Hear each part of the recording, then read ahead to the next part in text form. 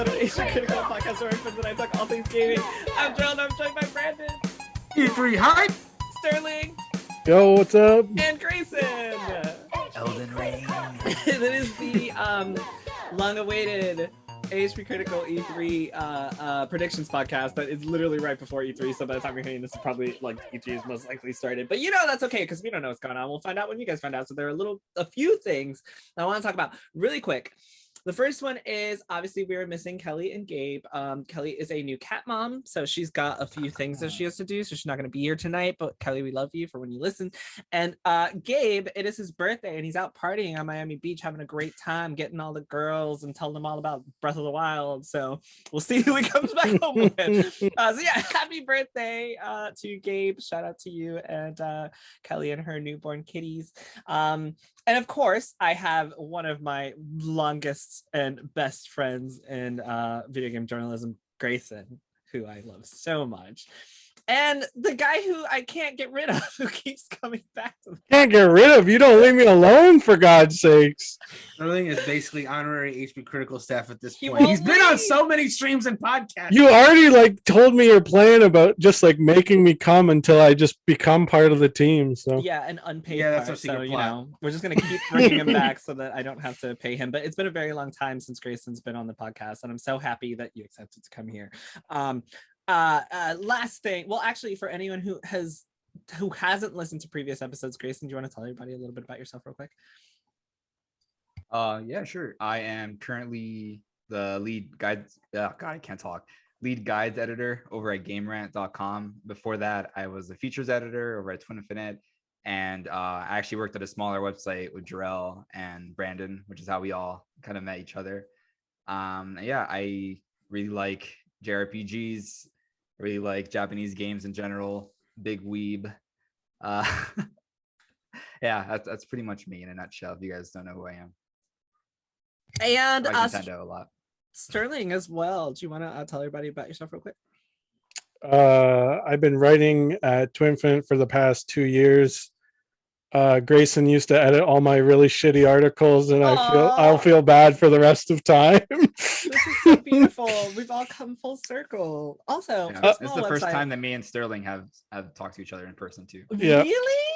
Yeah. Really? This is so amazing. That's Wow. awesome. I'm happy I can make this happen. You're welcome. Thank you. Also, a very big thank you to everyone who listens. We've passed over 3,000 listens now, which is crazy to me because in my head we would have like 30.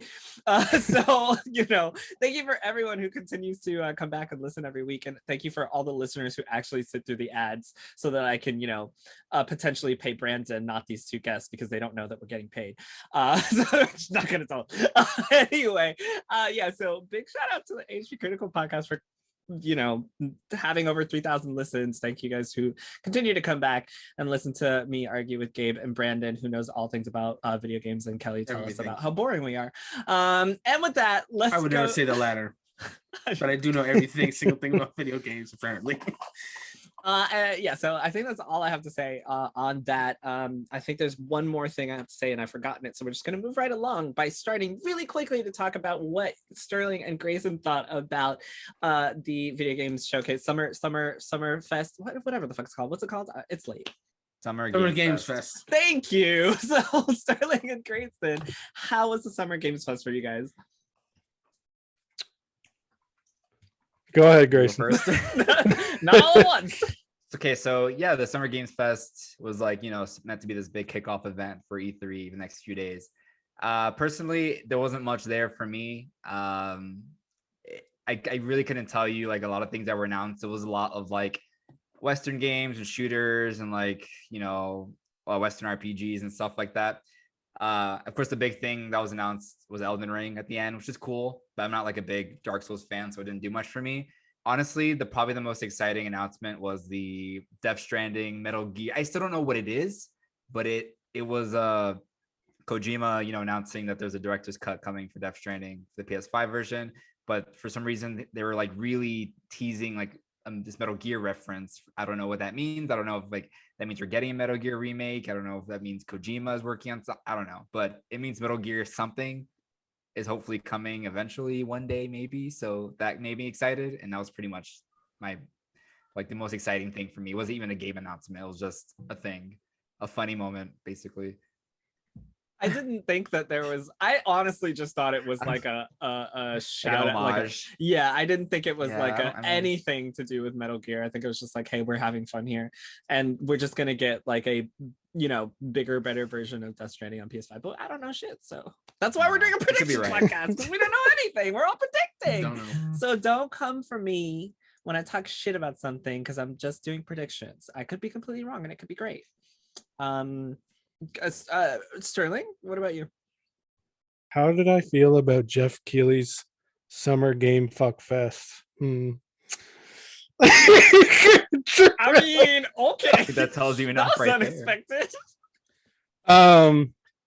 Honestly, I'm a bit with Greysun. Like, there was a lot of shooty FPS. Like, it's not my thing. I like Japanese stuff too. So the one thing I was super interested in was kind of a small announcement of Metal Slug Tactics, because it had that Final Fantasy Tactics Advanced look, and I love tactics games, so I was really interested in that. I also love Elden Ring. Looking forward to that. I love Dark Souls. But yeah, a lot of stuff my eyes just kind of glazed over, because some stuff just looks so similar all the time. Yo, okay, so I'm a boy. I like cute like, sorry, say that again. I said I'm a cute boy. Like, I like little cute games, like, just more artistic stuff. Same. So speaking of games that looked very similar, I'm gonna just talk really quick about the 3 standouts that I had from Summer Games Fest. I was actually throwing up most of the time, so I don't even know what happened. Probably TMI. But that game, Evil Dead, is it called Evil Dead? Yeah. We were talking about it in chat. That game is literally Friday the 13th. Like 100%. Yeah. They took Friday the 13th and just repainted it with Evil Dead and was like, here's a brand new game. And I was like, I've seen this game before. You can't lie to me. And then I thought, like, this is so weird. And Marissa brought it up, and she was like, they already have Evil Dead in Dead by Daylight. Oh, okay, that's what it is. So it was like, this is such a weird thing to announce, and I was like, you're right, like it totally already is there. I don't understand. So that was weird. I also thought that the little bean pod of 2B in Fall Guys was 2B really weird. So random.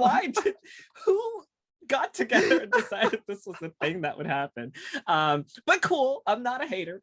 Giancarlo Esposito is like, I was very, so like the first thing he does is compare his character to Fidel Castro, and I was like, this is literally like, y'all have like 3 different messages about what Far Cry 6 is supposed to be at this point. Like, it's not supposed to be political, but it is political but respectful. But I'm not a super villain, but I'm also Fidel Castro. Like, what is going on with Far Cry 6? Well, a supervillain never sees himself as being a villain. There we go. Sure. But then he makes that comparison, like, wait, but. You're right. Jeff Goldblum is always great. It was great to see him. Oh, he's so good. I feel like he has no idea what's going on all of the time. I just read the teleprompter and I'm just gonna be cool. And I like how he made the cracks at the whole like world premiere thing. Like, it's so it was charming. It was cool to see him and Ryan Reynolds. I appreciated seeing them there. And obviously Ryan Reynolds talking about Elden Ring while we're all just waiting and watching all these other things to talk about Elden Ring. The 2 other things that stood out to me is and it's, someone asked me like, what was announced? What did you see? And I was like, I have no idea. Like, I just wasted like 2 hours of my life. I have no idea what happened. Blur. It was a blur. One of them was the Dark Anthologies next game, and the only reason I remember that one is because I kept thinking this looks so much better than Until Dawn did. Like, Until Dawn was very like 2014 PS4, like doesn't look that great. This game looks so much better graphically, and I was like, wow, they have really improved. Like, they stepped up their game. I don't know what the fuck's going on, but they've really stepped up their game. So I was really excited about that. I'm probably gonna play with friends. I've missed so many games in the anthology series. I played a bit of Man of Medan, but there's been like that one. 2 or 3 other ones that have been released since then. This is the 3rd one. Okay. Yeah. Okay. I didn't like Man of Medan, so I'm hoping that this one is better. I don't know, but it looks better, and I'm a graphics for. So, and the last thing I have, obviously, everybody knows I'm talking about Black people all the time. I I had been complaining about Tales of Arise because I was like, this is the palest fucking like cast I have ever seen. I am so sick of every JRPG just looking exactly like this. Like they're also similar. I didn't like any of the character designs. And I just felt it was a lot of the same type of stuff. And then they finally showed some brown, dude. And I was like, oh, so you guys have the ability to do this. I thought you were just like unable to shade in darker colors than pale. But you can. So now I am once again excited for Tales of Arise. And that was it. I can't tell you anything else that happened at the Summer Games Fest except for that girl that was singing her song. And some song was really good. That's coming out. Song was awesome. I did not like it at all. Oh, I liked it. You're telling me it was chill. You're telling me you didn't remember the Sonic Orchestra? God, Jarrell. Dude, that's the one thing I caught from that because I didn't even see Summer Games Fest. I'm so excited. I zoned out of that. I am so excited for the Sonic concert in the 23rd. They're playing music from like Sonic Unleashed. Dude, Sonic Unleashed, the best one. Okay, Sonic Unleashed, like it had a lot of problems, but its soundtrack was amazing. Fun, yeah. It's amazing. I don't even know what you're talking about. Oh, there was one more thing actually. It was the Overwatch 2 skins that they showed off. First of all, I have big issues with Overwatch now being 5v5. I will not bring them up on the podcast. That's a whole nother conversation, but that's still trash to me. I think it's bullshit. But it was really weird because I felt like Sombra. Did you guys see what Sombra looked like now? I was watching it, but I wasn't watching it. You know what I mean? Okay, yeah. She looks really like she looks like she got a nose job. She looks really cartoony. She looks much less, and obviously they all look cartoony, but she looks much less realistic into like she looks like someone was like, let's fan service Sombra and make her features more Caucasian than Mexican. And I was very turned off by the way that she looked. And Sombra used to be the character that I played the most. So those were my shout outs. They added some brown guy to Tales of Arise. Sombra looks like a white woman pretending to be Mexican, and Jeff Keighley, I don't even know. Jeff Goldblum is awesome. Those are the takeaways. So now let's move on to E3. Obviously, for anyone who doesn't know, I would have asked Brandon, but Brandon was a little busy today, so you missed it. I'm not ignoring him because some people think that I am ignoring people, and I'm not. Like, I was not ignoring me. I legitimately could not see it. I was awake. Okay, you didn't miss a lot. Yeah. I'm getting that impression. So the thing is, you missed a lot. You probably just don't care about what you missed. That's fair. Sekiro and Dark Souls is what From Software Elden Ring is, which is really cool to see, but I don't play this game, so I kind of lost a lot of interest in Elden Ring after I saw that. I was like, oh fuck, another game I can't play. We got to give Gabe like 2 minutes to talk about these games next week. Yeah, he said that there's a bunch of because this was it for him of lore stuff. Yeah, he was like, there's a bunch of Easter eggs and lore and blah, blah, blah. And I was like, okay, like go have your birthday, goodbye. So let's move on to E3 2021. I am gonna talk about what's gonna be presented each day, and then if you guys have anything that you want to say prediction-wise based on those presentations, let me know. Starting with Saturday, June 12th, which is in 2 days. Tomorrow's Friday, right? Yeah. Yes. Yeah. So starting with Saturday, June 12th, we're going to have the broadcast pre-show.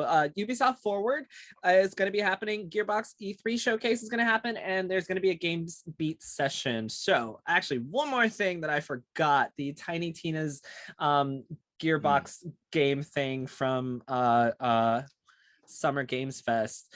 I thought it was really cool because they have some really funny actors and actresses in that, and I was like, okay, I actually want to hear these people make me fucking laugh because I know they're gonna make me laugh. And plus, Wanda Ashley Sykes Burch is great.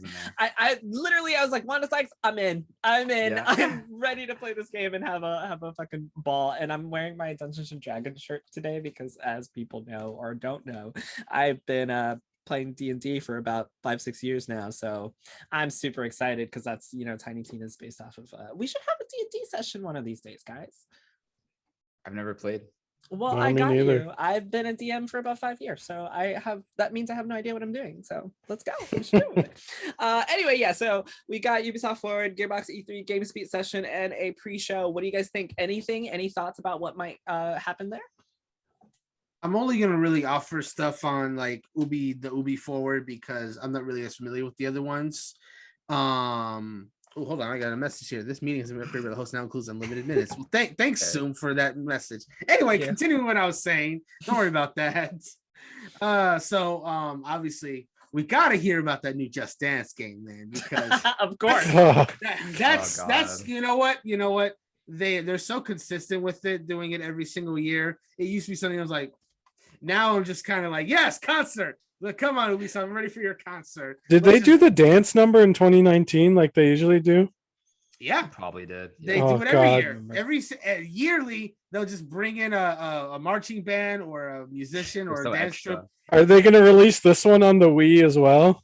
I hope so. I still laugh about that last one. I think they finally discontinued the Wii ports. Is that your prediction? Aw.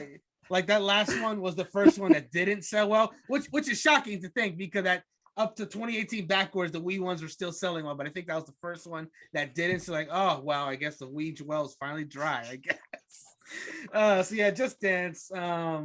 You know, I know a lot of people are excited for Skull and Bones. I want to see more of it, but Oh I my don't God, I think it forgot will, about that because game. a lot of people have. But I think Ubisoft said that's not happening. We know that unfortunately the Sands of Time is not going to be there, because Ubi literally said that's not happening. That's Which for the is- best. Yeah, that Yeah, game is. let it cook. If it's not Gonna be ready, rough. just you don't have to show it. But I really don't know what else. I mean, Far Cry 6 will be there for sure, because you know that's their big release this year without an Assassin's Creed or Watch Dogs game. But they could always see some future stuff. I know people want to see more beyond Good and Evil 2 besides nothing, so that'd be cool, I guess. That's pretty much it. Ubisoft always has like one or two surprises. Like a lot of Ubisoft games, I don't really play that often, if I'm being perfectly honest. But there's like sometimes they have something that really catches my interest, and when I look at it, I was like, "Ooh, I'll play that," and I do, and it usually ends up being pretty fun. So, looking forward to being surprised, I guess, is the takeaway from my predictions on that. They don't have anything on Assassin's Creed, right? Like they haven't said anything about Assassin's Creed. think they're Not this skipping- year. They're skipping this year, so Yeah, which is good. Which I'm glad they got into the habit of like not having to do an Assassin's Creed every single year. I think the Mhm. series has been a lot better for it. People love Valhalla. People loved Origins before that. Like it's been on the up. People. It's successful. well, the people who like Assassin's Creed, I should say, it's been, the series has been more on the up and up since they let some years go unfilled. Sterling Grayson, anything? Do you care about anything here? Any Um, predictions? yeah. The stuff that Brandon mentioned that like isn't showing up is the only stuff from Ubisoft that I care about. Like Skull and Bones and Prince of Persia is the only stuff I'm like mildly interested in. I think it'd be really cool, and I think there's a big chance that we could see at the Ubisoft show Mario and Rabbids 2, because they did that for the first game, right? Yeah. And it was super cool. Like that moment in E3 history was just like one of the most emotional. Like when it showed the director of that game like crying because he was so happy that the game got to be made, like that still makes me tear up. I hope we kind of get that sort of moment again. And That was a good moment. That Miyamoto was saying that he liked the game, and so Yeah. the creator of this game was just like tearing up. Yeah, it's an E3 moment for sure. It's a memorable E3 moment. it because the first game sold so well, and Nintendo said they were really happy with the final product, so there's no way we won't get a sequel, right? There's so many things they could do further with that franchise. It's the only Switch game that goes on sale that has Mario in it. Yeah, literally. It's the only one ever. Because it's actually an Ubisoft game. Somebody said to me the other day, they're like, "Oh, Mario Rabbids never goes on sale," and I was like, "Are you on what?" It's like $5 right now. Yeah, I think you It's can get literally they're giving it away Oh, It's because yeah, they're that's true. preparing you for part for 2. the sequel. That's true. exactly. That's true. That's Sterling's true. right. It is going on a really low sale right now, like lower than usual. So he may be on something there. Grayson? I was gonna say the one that Sterling just said, the Mario and Rabbids. So I was also thinking about Rayman, because I haven't had a Rayman game in a very long time. So that would be a That's true. cool surprise to see. Mm. Because I, like Brendan was saying, I do like when Ubisoft does like things that aren't something that you would expect. It's not the Assassin's Creed, it's not the big, these big temple franchises that we see all the time. So I'm excited to hopefully see some like little indie type games from them. Yeah, What was like that game? Child of Light, you're thinking of? But that was a good one. Yeah, that's something No, like that. it's the one that just came out. A Watch Dogs Legion, right? Oh God. yeah. Forgot that exists. Oh my God. Okay. Never mind. I have nothing more to say. I think think we can move on to Sunday, unless there's anything else you guys want to talk about there. Gearbox. I don't know what Gearbox is gonna do. I feel like they showed off their thing today, so I guess they'll probably go in depth, I think, right, of that Tina game, and maybe talk about the Borderlands gameplay. Randy Pitchford said they've been making that game for 10 years. That's insane, man. Wait, what? Yeah, Randy Pitchford, there's a quote from him saying they've been working on the Tiny Tina game for 10 years now. That is bonkers. That's crazy. Yeah. It's not even a Borderlands game. Gearbox, they did the Godfall, right? Do you think we'll see something from that? Is that them? No. Am I thinking of something else? No, I think it is. Yeah, I'm pretty sure they published it. Mm-hmm. It's Counterplay Games, I think, or something. I don't know. Maybe we'll see some content for that. No, I feel like Godfall is done. Yeah. Like, I loved okay, let me say that I loved it.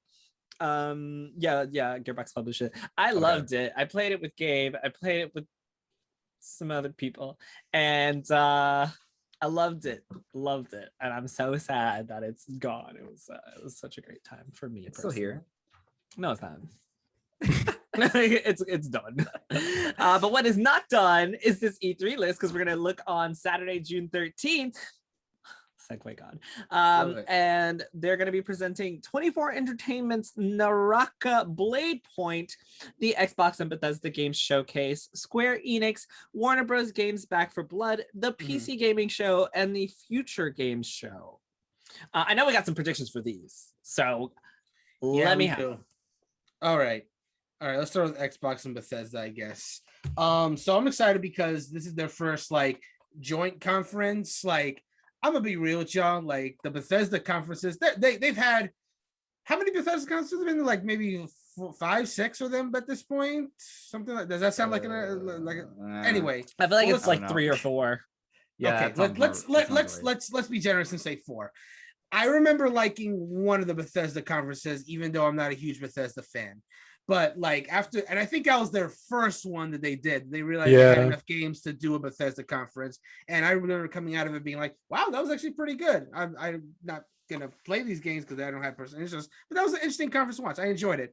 And then the other 3 years happened, and it was clear that they had nothing to announce really. Mobile games, but except mobile games, and then they just kept doing it. So now that Microsoft has bought Bethesda and they're just kind of sharing the conference, I think it's going to end up being beneficial for both of them, because it's going to make both of Microsoft and Bethesda look like they got more than they may or may not have. But I think that's just going to help, because Bethesda was struggling with their solo conferences, and Microsoft is very much all about style without actually having a lot of stuff. So, I guess we get to see more Forza because we fucking love cars. Unfortunately, because this is not a live show, we're not going to have the usual guy comes into the stage, shows off this fucking good car before showing gameplay of Forza. Unfortunately, that's not going to happen. We're just going to get Forza gameplay, and it's going to suck because we didn't see the cool car in the beginning. And I want to point out real quick that it's much like the Just Dance thing, where it was something that I used to hate, but then they just kept doing it. So now it became something that I expect, and we're not going to get it this year because actually, now that I think about it, we're probably not going to get the Just Dance thing either, because, they'll have the dancers come into the stage and do their thing. Then that's not going to happen this year unless they have a recorded concert. Yeah. Maybe film a music video or something. Yeah. Hey, you know what? Random celebrity guests. If they do that, I'll be happy. And same thing with Forza. If they have a pre-recorded guy coming with a car, I guess I'll be happy with that too. I have never played a Forza game. I just enjoy these segments for what they are. I played okay. What's up? The issue with the Bethesda thing is it's always the way they present it. It's always, like you said, it's the same thing every year. It's the first year they had good announcements. Now it's everyone's just waiting for Starfield or Elder Scrolls 6. And they bring some guy out. They try to appeal to people by being hip and cool, by getting someone to say fuck once or twice. And then they drag out friggin' Todd Howard for 5 minutes, and he says something memey, and that's about it. And I'm glad you bring that up too, because You call someone a degenerate, it's bingo bango done. oh yeah. But I'm glad you bring that up because I remember. I'm sure this seems like ancient history to everyone, but remember when Fallout 76 hadn't come out, and there was a lot of people who were apprehensive but excited for that game. Todd Howard was really presenting himself as a celebrity in that conference because he would just keep coming out and talking up the game, really giving you the impression that this was going to be this like amazing game when it finally came out. And even me, who had no interest in playing Fallout 76, was listening to this and was interested. I just wanted to hear what he was going to say next about the game. And of course, it came out, and that's a whole other podcast on its own. But at least he was pretty good at talking it up. That he didn't show up for the next. I mean, he was there briefly in the next Bethesda conference, saying like, "How so many people enjoy the game? Thank you for being patient." It's like, huh? I remember that. Yeah. Yeah. As far as actual predictions for Xbox / Bethesda, I mean, like you said, we'll see more Starfield. Well, we might see more Starfield. See Starfield. We'll see something of Starfield. It will be more than the logo, I guess. And of course, because the game was supposed to have already come out, Halo Infinite, I'm sure will make an appearance on stage. I'd be very surprised if it wasn't there. I'd like to see how it got updated because I know they had to let it cook a little more. I wonder if they're gonna do what they did with Elden Ring, right? Like wait until it's almost ready. Like we'll only have to wait 6 months before it comes out, and then they'll just be like, it's come out, the January, February or some shit. That would be nice because I was very surprised by Elden Ring coming out January. I was like, oh, what do I play, Pokemon or Elden Ring? What do I do? The answer is obviously Pokemon. They haven't announced a release window for Halo, or they just said 2021. That's all I don't even. Did they concretely say 2021? Fall sounds about right, actually. But yeah, because I feel like people expected to come out in November for some reason. They must have said something. That might be right. I feel like they kind of like not have to show it, but it's like they don't really have much going on right now in terms of like exclusive, like Microsoft first party games, So I think it's just like we have to see how this game looks like, Yeah, something. It doesn't. If it's gonna come out this year, That's what I'm saying. Like it does. Yeah, if it's gonna come out this year, they definitely have to show it. And I'm a big fan of like letting games take their time so they can actually come out good. But given that this game really was like supposed to be like their big launch title, and that they made the right choice and delayed it, like I still want them to release it when it's done, when it's ready. Yeah. But they also gotta like get that out soon too, because it really is such a crucial game to the Xbox Series equation, in my opinion. So like, hopefully it comes soon. A lot of Xbox fans, picked up an Xbox at launch because they wanted to play Halo. Halo was still on those console boxes if you bought one at launch, and that was the crazy thing. It's, but yeah, those are my predictions for Xbox and Bethesda. PC gaming, I'm gonna go to Square Enix in a second, but PC gaming show, I always like get tired during like it's the first. They gotten better, I will say, when I had to like you watch them for like coverage, but they are so dry. Like I listen to them and I'm just like, well, you needed to get more variety for your guests. All we care about is Japanese stuff like Square Enix and Nintendo. And the sad part is that includes me. Me as well. I remember there was that one PC gaming show where they took that into consideration, and then they showed off that, hey, Yakuza Kiwami 1 and 2 and 0 are all coming to PC. And they had like, I don't know who it was like someone from Sega that was showing that off. And it was like, oh wow, really? Oh, and now of course every Yakuza game is on PC, but this is like when they were first coming to PC. I thought, oh wow, this is actually pretty cool deal. What else? Warner Brothers Back 4 Blood. I mean, I'm interested to see more for Back 4 Blood because I would like to play that game. And the last big thing of that day is the Square Enix thing. Oh boy, they could do for a lot for Square Enix. That's like, yeah. Well, I mean, really quick before you say that, we do know that they're doing Babylon's Fall, Life is Strange, True Colors, and Marvel's Avengers.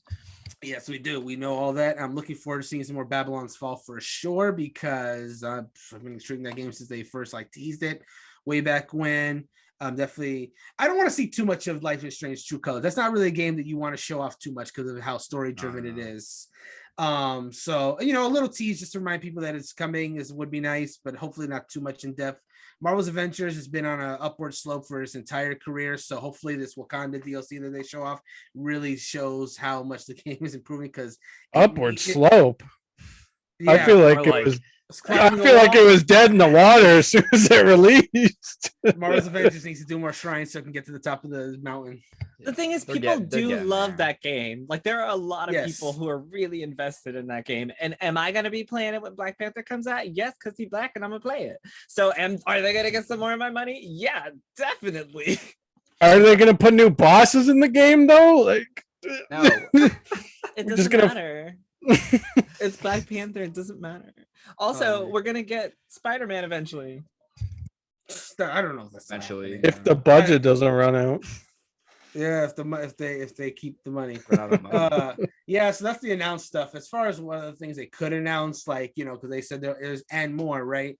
I'm really hoping for Final Fantasy 16 or just like a trailer. I don't expect that to release this year, if I'm being perfectly honest. That's fine, but I don't want to see. I still want to see it though. I just want to see it. There's that leak about this Souls like Final Fantasy game that's supposed to be coming. Oh I'd yeah. like to see what that is. If it's real and what it's gonna look like, that would be neat. I get they're probably not going to touch Dragon Quest as much because they literally did that presentation like last week, so I don't see that being there at all. Maybe they'll touch on it like real briefly, but no, I don't see that really having a presence there. I know some people are saying Kingdom Hearts. I don't think we're going to see any Kingdom Hearts I know. stuff there. I'm just thinking about that. I'm like, I want it, but I know it's probably not I want it, yet. but it's I don't think- too soon. And they Yeah. said this is kind of be like a Kingdom Hearts break year. So I'm not gonna. I'll of course be Break. happy if we do, but I'm not gonna expect a damn thing from Kingdom Hearts this year to not be disappointed. Yeah, be cool if they just JRPGs, give them to me. I like it. 16, please. I just want to see 16 again. It's crazy that never mind. I've said everything for that day. If whoever wants to go next. I will. And the reason I'm gonna go next is because I had this entire list of video games that I was looking forward to from Xbox, like all their first party new titles, including like Everwild and Tell Me Why and a bunch of other games. Everwild, yeah. What is that game? Fable? Is it? Fable. Yeah, Fable. So you know they showed us a little bit of Fable, they showed us a little bit of Everwild, they showed us a few seconds of a ton of games that are supposed to be coming out. So my assumption and prediction is that we're finally gonna see hopefully we're gonna see some release dates for a lot of those. But that's I don't care what they do. I have no prediction. I don't know. I guess they're gonna go up there and do what Sterling said again. And it doesn't excite me that they're partnered with Xbox because I don't care. Like I think they specifically mentioned that they were gonna ensure that like Xbox and Bethesda have their own separate conferences, right? Like they're gonna be it's like Xbox presents Bethesda, but Bethesda is gonna have their own like conference section. Yes. If I may offer just like I don't even know if it's necessarily accounted for, because I do kind of agree with your statement about not caring that much about Bethesda, but I want to just offer this real quick in regards to them like linking up. It's related to something that Kelly had actually said in a few podcasts ago, where she said she appreciates E3 because, you know, if you're not a Nintendo fan, you're not going to watch a Nintendo Direct, for example, right? If you're not a Sony fan, you may not watch a State of Play, etc. for any other company that you're talking about. What E3's power does is because if all the game announcements are consolidated into one place, you're more likely to watch something, even if it's not something you're necessarily interested in. Mm-hmm. And I think with Xbox and Bethesda coming together in their conference, a lot of people that were, I guess, that like really like Bethesda games and weren't watching anything else are now going to see some Xbox announcements, whether they want to or not, and vice versa. And that might get more. Well, let me ask you this, Terrell. If we did not work at a gaming website and had to watch these things for coverage, would you personally watch Bethesda? Yes. You would. Yes. Even though you're not interested in the games. 100%. Okay. Do you think? Okay. I'll be honest, I didn't expect that answer.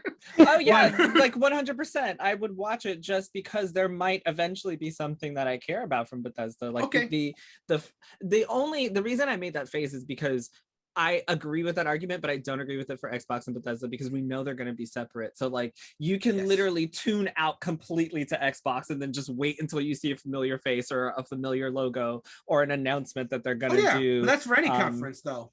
yeah, so like I don't see this doing that. I think Yeah, I it'll in your case, it'll be just the same. If it's interests you, it interests you. If it doesn't, it doesn't. It's just I'm actually happy about it just because it means it's one less conference to watch, I guess. it's Like not even like, not that I oh, you mean dislike like the a conference, separate obviously, time? because well, no, well, at the same time, I guess, because they didn't really specify, like, it's the Xbox and Bethesda showcase. They didn't really specify, like, okay, for this half hour it's gonna be Xbox, this hour Bethesda, or whatever. You get, and I'm assuming they'll be divided once the actual thing They did starts. say that it but was going to be separate. it will I'm be 100% sure they did say it was going to be like separate. Well, then shit, you're right, I guess. it's basically the same thing. Let's combine it. Well, damn, I didn't know that detail. So I guess it's the same thing then. Because I'm pretty sure like people were asking about it on Twitter. But the specifically like is because I think they announced Bethesda first, Mhm. and then people no, I think that whatever, it doesn't matter. I don't want to go on that tangent.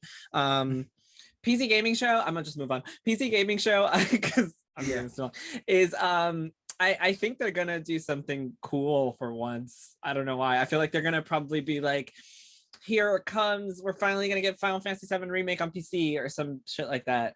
And maybe like pull on the fact that you have Kingdom Hearts on PC. Not saying that they're gonna announce a new one, but I really feel like now, because a lot of Sony exclusives are coming to PC, now's the time where they can really capitalize on like, oh hey, God of War is gonna come, and Horizon Zero Dawn's on the way, and Near Replicant maybe is in the process. I think this is their time to be able to grab a bunch of those first party titles that aren't on PC yet and really capitalize on the fact that they're coming to PC. And that could definitely be the moment where we find out that like, for example, if they do mention that Final Fantasy VII Remake is coming, that's when we'll finally know that, hey, this exclusivity is finally over, because obviously they extended it another 6 months with intermission intergrade. So that would be a big deal potentially, because I know a lot of people were assuming that we were going to get FF7 on like Game Pass or Xbox or something a few months ago when the exclusivity originally ended, and they were like, nah, fuck y'all, we got another 6 months. So it'll be really interesting to see what happens after that. Square Enix, I was so invested in Babylon's Fall. I wrote this article like 2 years ago when it was first announced, where I literally went through that entire video and I paused every section and I read every single part of the lore, and I made this huge timeline from the beginning of Babylon's Fall to like the end of it. And that's how invested I was in that. And that took a very long time, because like literally the words like go by and disappear, and I was like, fuck whoever made this.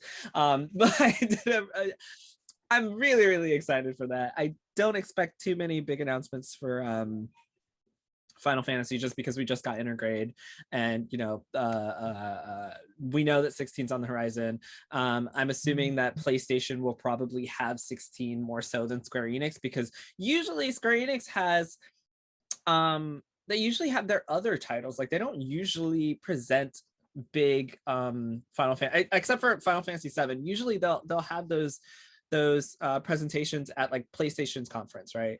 And then we'll have like a state of play where we'll get, hey, here's 15 minutes of Final Fantasy 16, and then they'll talk about things like Life is Strange and Final Fantasy 14, and a bunch of Square Enix subsidiaries, like maybe we're gonna get more information on the Tomb Raider 25th anniversary stuff. Like, when is that coming to other things? So I think they're going to use the Square Enix presentation to do some of their non-Final Fantasy related stuff and non-JRPG stuff. And then we just wait to see, what if and when PlayStation does something closer to a release date. And Xbox, yeah, like I said, I think they're just going to show me all the games that I've been waiting for, like Everwild, Please, and Fable, and everything else on the list that I've lost. And I'm done. Greysun, go. Yeah, I mean, for Xbox and Bethesda, I don't really have much to say. Honestly, I don't think there's any Bethesda games I actually like that much. I don't have an Xbox or PC, so yeah. But yeah, I think they're gonna just hopefully blow the lid off some of these games that they've been keeping tight. Hopefully like Everwild and what is that? What is that game coming to PlayStation? That's what's it called? Is that Arcane? Am I thinking of something else? Yes, I think it is Arcane with the dinosaurs. Deathloop? No, Deathloop. That's not Bethesda, right? Arcane. Deathloop is Arcane, I think. Okay, never mind. I'm completely yeah. Yeah, saving a PC gaming show. I honestly don't know what they're gonna do. I don't really care. So Square Enix, overall really excited for here. Yeah, I'm excited about Life is Strange. I really like Life is Strange. Like Brandon was saying, I don't think they really need to show more or that much. Just show a little trailer, a few minutes of the story. My God. What? Sorry. I was thinking about I'm so sorry to cut you off. I was thinking about Okay. Life is Strange, and I was so excited because I was like, oh, finally we have like this woman of color that's going to be a part of the not finally, because I know that these games do that, but it was because of Forspoken that I remembered that they did the Square Enix presentation, and I was so excited because I was like, look at these two POC women that are heading these huge video games, and I would be really happy if I got a little bit more information on Forspoken. Sorry. When you said Life is Strange, I was like, oh my God, Forspoken. That's the game I want. I was going to bring out Forspoken too, because that's the Square Enix game that I'm very excited to see more of. That game looks so sick. That game looks very cool. Like for a new IP from Square Enix, like, and it's not like super Japanese, it's more like, it seems more like a Western experience, with the main character being like, how to explain it, like more she seems like she's very like us, very relatable, like young adult that's just on this fantasy epic adventure, and that game looks so incredible every time they show it. So I don't know if we're gonna get that, because I think we just saw some recently, right? Like some gameplay during the last Square Enix presentation. It looked like it looked like early gameplay, to be fair. Like that game is far out. I mean, I feel like they keep showing the same things over and over. That was the first thing we've seen, though. Yeah, but don't forget, twice, though. Even though Square Enix shows gameplay early on for their games, they usually have like 10-year life, like dev cycles. Like we saw like Final Fantasy versus 13/15 gameplay, like 10 years, 12 years ago. Excuse me, Sterling. Naoki Yoshida specifically said that the reason that he was showing off FF16 stuff is because fans complain about how they show something and then they take years and years before they do it, and they specifically do not want to do that with Final Fantasy 16. That's true. Oshima was like had taken in that criticism and was like careful to like not and that's why he showed that gameplay specifically. It was like, I want people to know that we are actually actively working on this. It's not going to be one of those Kingdom Hearts 2 versus Kingdom Hearts 3 lifespans, Good. Yeah, I'm glad. Plus the man's amazing, so I'm gonna defend him because I love him. I love you. Marry me. I am single. As far as other Square Enix stuff, I don't think we'll see Kingdom Hearts, like Brandon was saying, which is disappointing. I feel like it's been a while since we have like a core Kingdom Hearts experience. It's been 2 years, over 2 years. Has it? Okay. Well, I guess that we got a long time. I was just gonna say Melody of Memory. Yeah, Melody of Memory gave more info. But the DLC did come out early 2020, so it hasn't been that long. Yeah, Greysun, I feel like this is the most Kingdom Hearts we've gotten in years. Okay. Okay. Well, I didn't really like the DLC that much, and I didn't like Melody of Memory that. I mean, it was just fine. It was just a rhythm game. I mean, it wasn't like one of my favorite games ever. I just played it to see the story stuff, which I forgot at this point because I don't remember what happens. Second best, second or third best video game soundtrack belongs to the Kingdom Hearts series. That's true. So I'm so sad that you said that you were not interested in that. and you could say Melody of Memory has like one of the best soundtracks because it just has all the songs. Exactly. It's not a lie. Exactly. So, I will not say number 1 and number 3 because I don't want people to come after me. But Kingdom Hearts is a solid 2. I feel like I'm forgetting like a major Square Enix franchise that I can't think of right now. But hey, is there a possibility that something can happen with Tomb Raider? Like I haven't really followed the series that closely. Did they announce that they're doing a new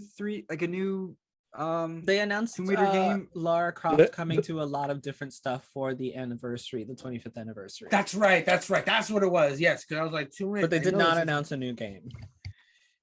But maybe we'll see. But maybe we'll see more of those other announcements at Square Enix, whatever they end up being.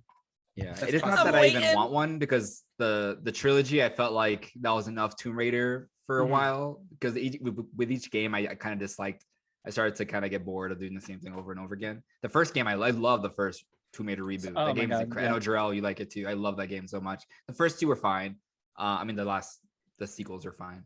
But yeah, I think we can have a few years off for that core Tomb Raider series. I'm literally yeah, I mean, besides just that, I don't know. waiting. I'm just waiting because I am obsessed with War of the Visions. For anyone who doesn't know, that is my mobile game of choice, and Lara Croft needs to come so that I can pull for her and get her in my mobile. Hurry the fuck up! I need a gunner.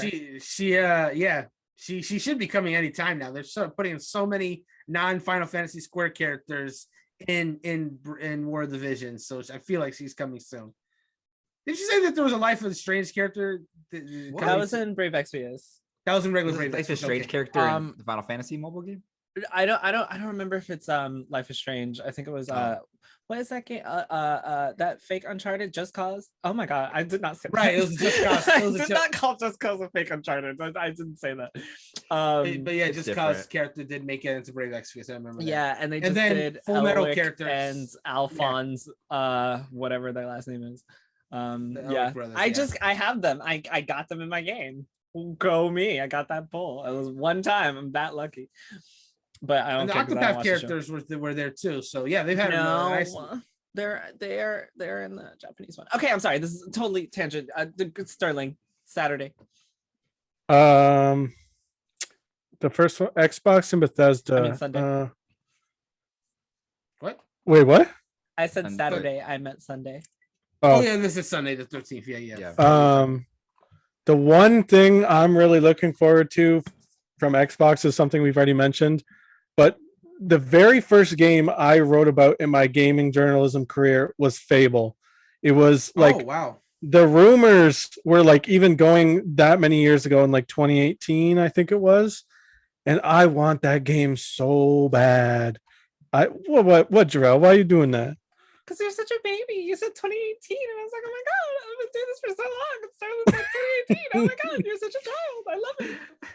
I think I was like 20, 21 at that age. So. Oh my god, I was 23. Wild. Yeah, I just really want Fable. I want it to be a real like return to form. I think the first game is the best by far. And you know, the genre that it's in of like the open world, like choice-based adventure, like that genre has gone so far, and Fable could learn a lot from other games. Bethesda, the only thing I'd personally be interested in is Elder Scrolls 6, and I'm not that interested in it, so but we're not seeing that. That's not coming anytime soon. We're gonna see Starfield way before that. I was gonna ask you real fast before you go to what's like the appeal of Fable? Like, what do you think is like what's so good about it? Kind of. To me, like the reason why I like games like Skyrim, the whole like, you know, every playthrough is different. I kind of attribute that with Fable. Like I played Fable way before Elder Scrolls, and it was just the fun of the RPG mechanics of like leveling up your character with like magic and skill and strength and definitely the like British humor to it, which it's like it's hard to describe. It's just like, you know, it has a certain style. Yeah. I was just gonna say because like about late last year, I had played Fable for the first time because I was doing a article series with Marissa. So she was replaying her Fable because she had played the first one and the second one, I think, quite often, and I had never tried them. So I was like, oh, all right, let me just try Fable, see how it is. It's certainly a very unique game. I will 100% give it that. I haven't quite played an action RPG quite like it. Like Sterling said, there's a lot of humor to that game. You can make your playthroughs wildly different with the different choices you make and the different weapons you can get as well. It's something I would definitely like recommend taking like a look at because it's something I didn't if I'm being perfectly honest, I didn't expect to like it, but I ended up liking a lot more than I thought I ended up thinking I would. Yeah, I just really, you know, it was when I got my first Xbox, that was like the first game I got. It was very near and dear to my heart. Same with like you guys PC gaming show. I could not give you like a single thing to say about it. Like just don't. Oh, PC there's one game. prediction I can make from the PC. I'm sorry that I just didn't remember. No, go ahead. We're gonna see some PC parts and chips, man. That always happens if you like they'll have someone come up with a big ass chip that I know nothing about, and the host will be just like stopping himself from salivating over the damn machine and saying like what it's gonna do for your PC. And I'm like, what is these words you were saying? I don't get it. So that's gonna happen at the PC gaming show. Usually I would agree with you that that's not that interesting, but I think with the way the production has been and people really trying to get specific graphic cards and the issues with being able to create PCs because of production issues in Japan and tariffs and all the bullshit, I think now is the time where people will actually be invested in seeing those types of things. You're absolutely right, but I hate those people. You're absolutely right, but I still think it's trash. I hate watching that shit. You're 100% correct. Sterling. Where are you next? Yeah. I am just so disappointed in you boys. How could you not mention the possibility of Final Fantasy 13 trilogy getting a remaster? Come on. Like, we all stand that game. We all love the shit out of it. You're very right. That's very true. It's because I don't see it happening. Yeah, I know. Too good to come. Too good to be true. It's like that is like crazy. A trilogy of all three games. I mean, maybe. I don't believe Effect. That's true. I don't believe in it, but at the same time, it's like Square Enix goes so hard into remasters and like to a degree remakes, right? And they've literally like re-released 7, they remastered 8, they re-released 9, they remastered 10, 12, like the Legend of Mana games and those Saga games, like all these random little games that nobody's even asking Saga for. Frontier was so crazy. I was like, what? Like, I've heard of this game one time because I was playing it with someone, and then when I did that, I was like, what the fuck? But the difference is, 13 I still think is way too modern to be one of those games that they're actually looking at to be able to remaster, but also because we have that high def version on Xbox, right? Xbox, yeah. So it would be like I don't port to the other versions. It would only be for PlayStation pretty much and PC. Yeah, maybe Switch. PC? I don't know if it's on PC. That's what we need, a Switch port. Or yes, actually, they can't even run on Switch. It was on 360. Oh my god, no! Do not put Final Fantasy 13 on Switch. No, why not? I refuse to allow people to do that. That is unacceptable. I don't care. I will call Square Enix myself. That's the game I want like remastered, like to look a little bit better than what it originally looked like. 12 works on the Switch. It'll look kind of like. Because it's because of the art style, I think, of 12. It works on Switch. 13's art style is way too like high tech performance wise. Like it's very realistic. It's super fast. Like you guys know, combat in 13 is super quick. Like the I don't want to talk shit about Pokemon Arceus or like any other game that's on Switch, like Breath of the Wild or anything else that hiccups because I know people are gonna come for me. But the last thing I want is for my fluid ass motion of 13 that I remember being beautiful to be ruined by some shitty ass frame rates as I play handheld on Nintendo Switch. Unacceptable. Yeah. Go ahead, Sterling. Right, I'm sorry. Just ruining my dreams over here. No big deal. If that literally happens, I would just close the stream, like close my laptop, and just like lay in my bed. E3's over. So you would okay. Okay, here's a hypothetical. What if do you guys remember Ni no Kuni Wrath of the White Witch? Yeah. The first game they did something really interesting. They did Ni no Kuni Wrath of the White Witch to Nintendo Switch and Ni no Kuni Wrath of the White Witch remastered for PlayStation 4. So you basically got to choose, do you want to play the exact same PS3 game on handheld, or do you want a better version that's on PS4? I mean, that's literally what if they do that, I'll be fine as long as I get my game on PS5. Yeah, the Switch. They want to play it on Switch. Play it on Switch. No, but it's not acceptable. You can't have it on Switch. I won't let you. I just can't because a lot of those locations I'm thinking of now are just so really like beautiful big. And like it's not an open world, so maybe. I'm thinking about Grand Pulse. I'm thinking about Grand Pulse. Like it is huge. You have that like elephant thing shit that you find Adamantoise. Yes, like how is that? Because a game like Xenoblade can make that work because the visual style, but Final Fantasy 13 does not look like Xenoblade Yeah. Chronicles. You know, I'd love that. This just turned into a Final Fantasy 13 love. 13 discussion. Like, what Square Enix gonna show? Not 13, but let us tell you why we love it. Someone's got to. Exactly. I agree with you guys, though. I don't think we're gonna see. I would love. I'd be hard pressed to think we're gonna see 16. With Intergrade like coming today, like we're probably not gonna see 7 Part 2. If we do, it'd be like a tiny teaser at the end of a little something.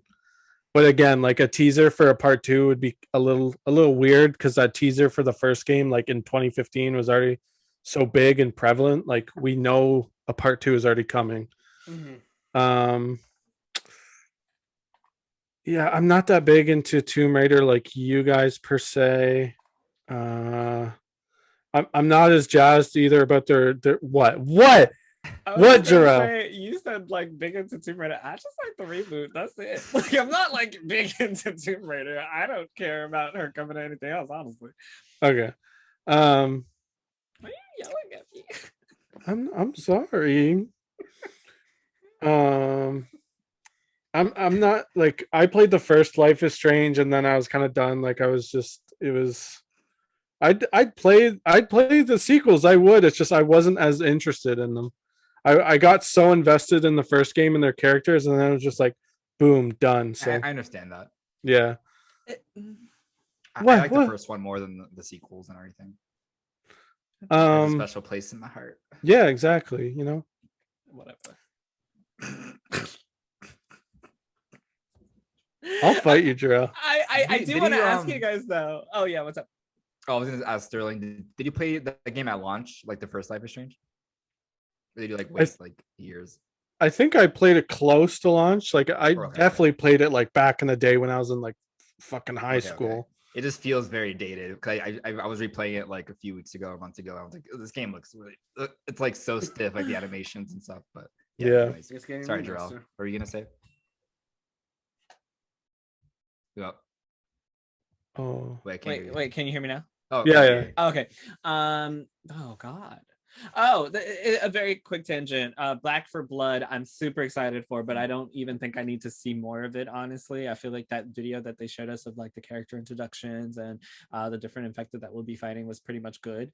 So I don't know it's what Left else 4 Dead, right? Yeah, like it's better Left 4 Dead, and I'm super excited for it. I don't know what else they're gonna show us. A very quick tangent because I feel like we're moving along here pretty swiftly.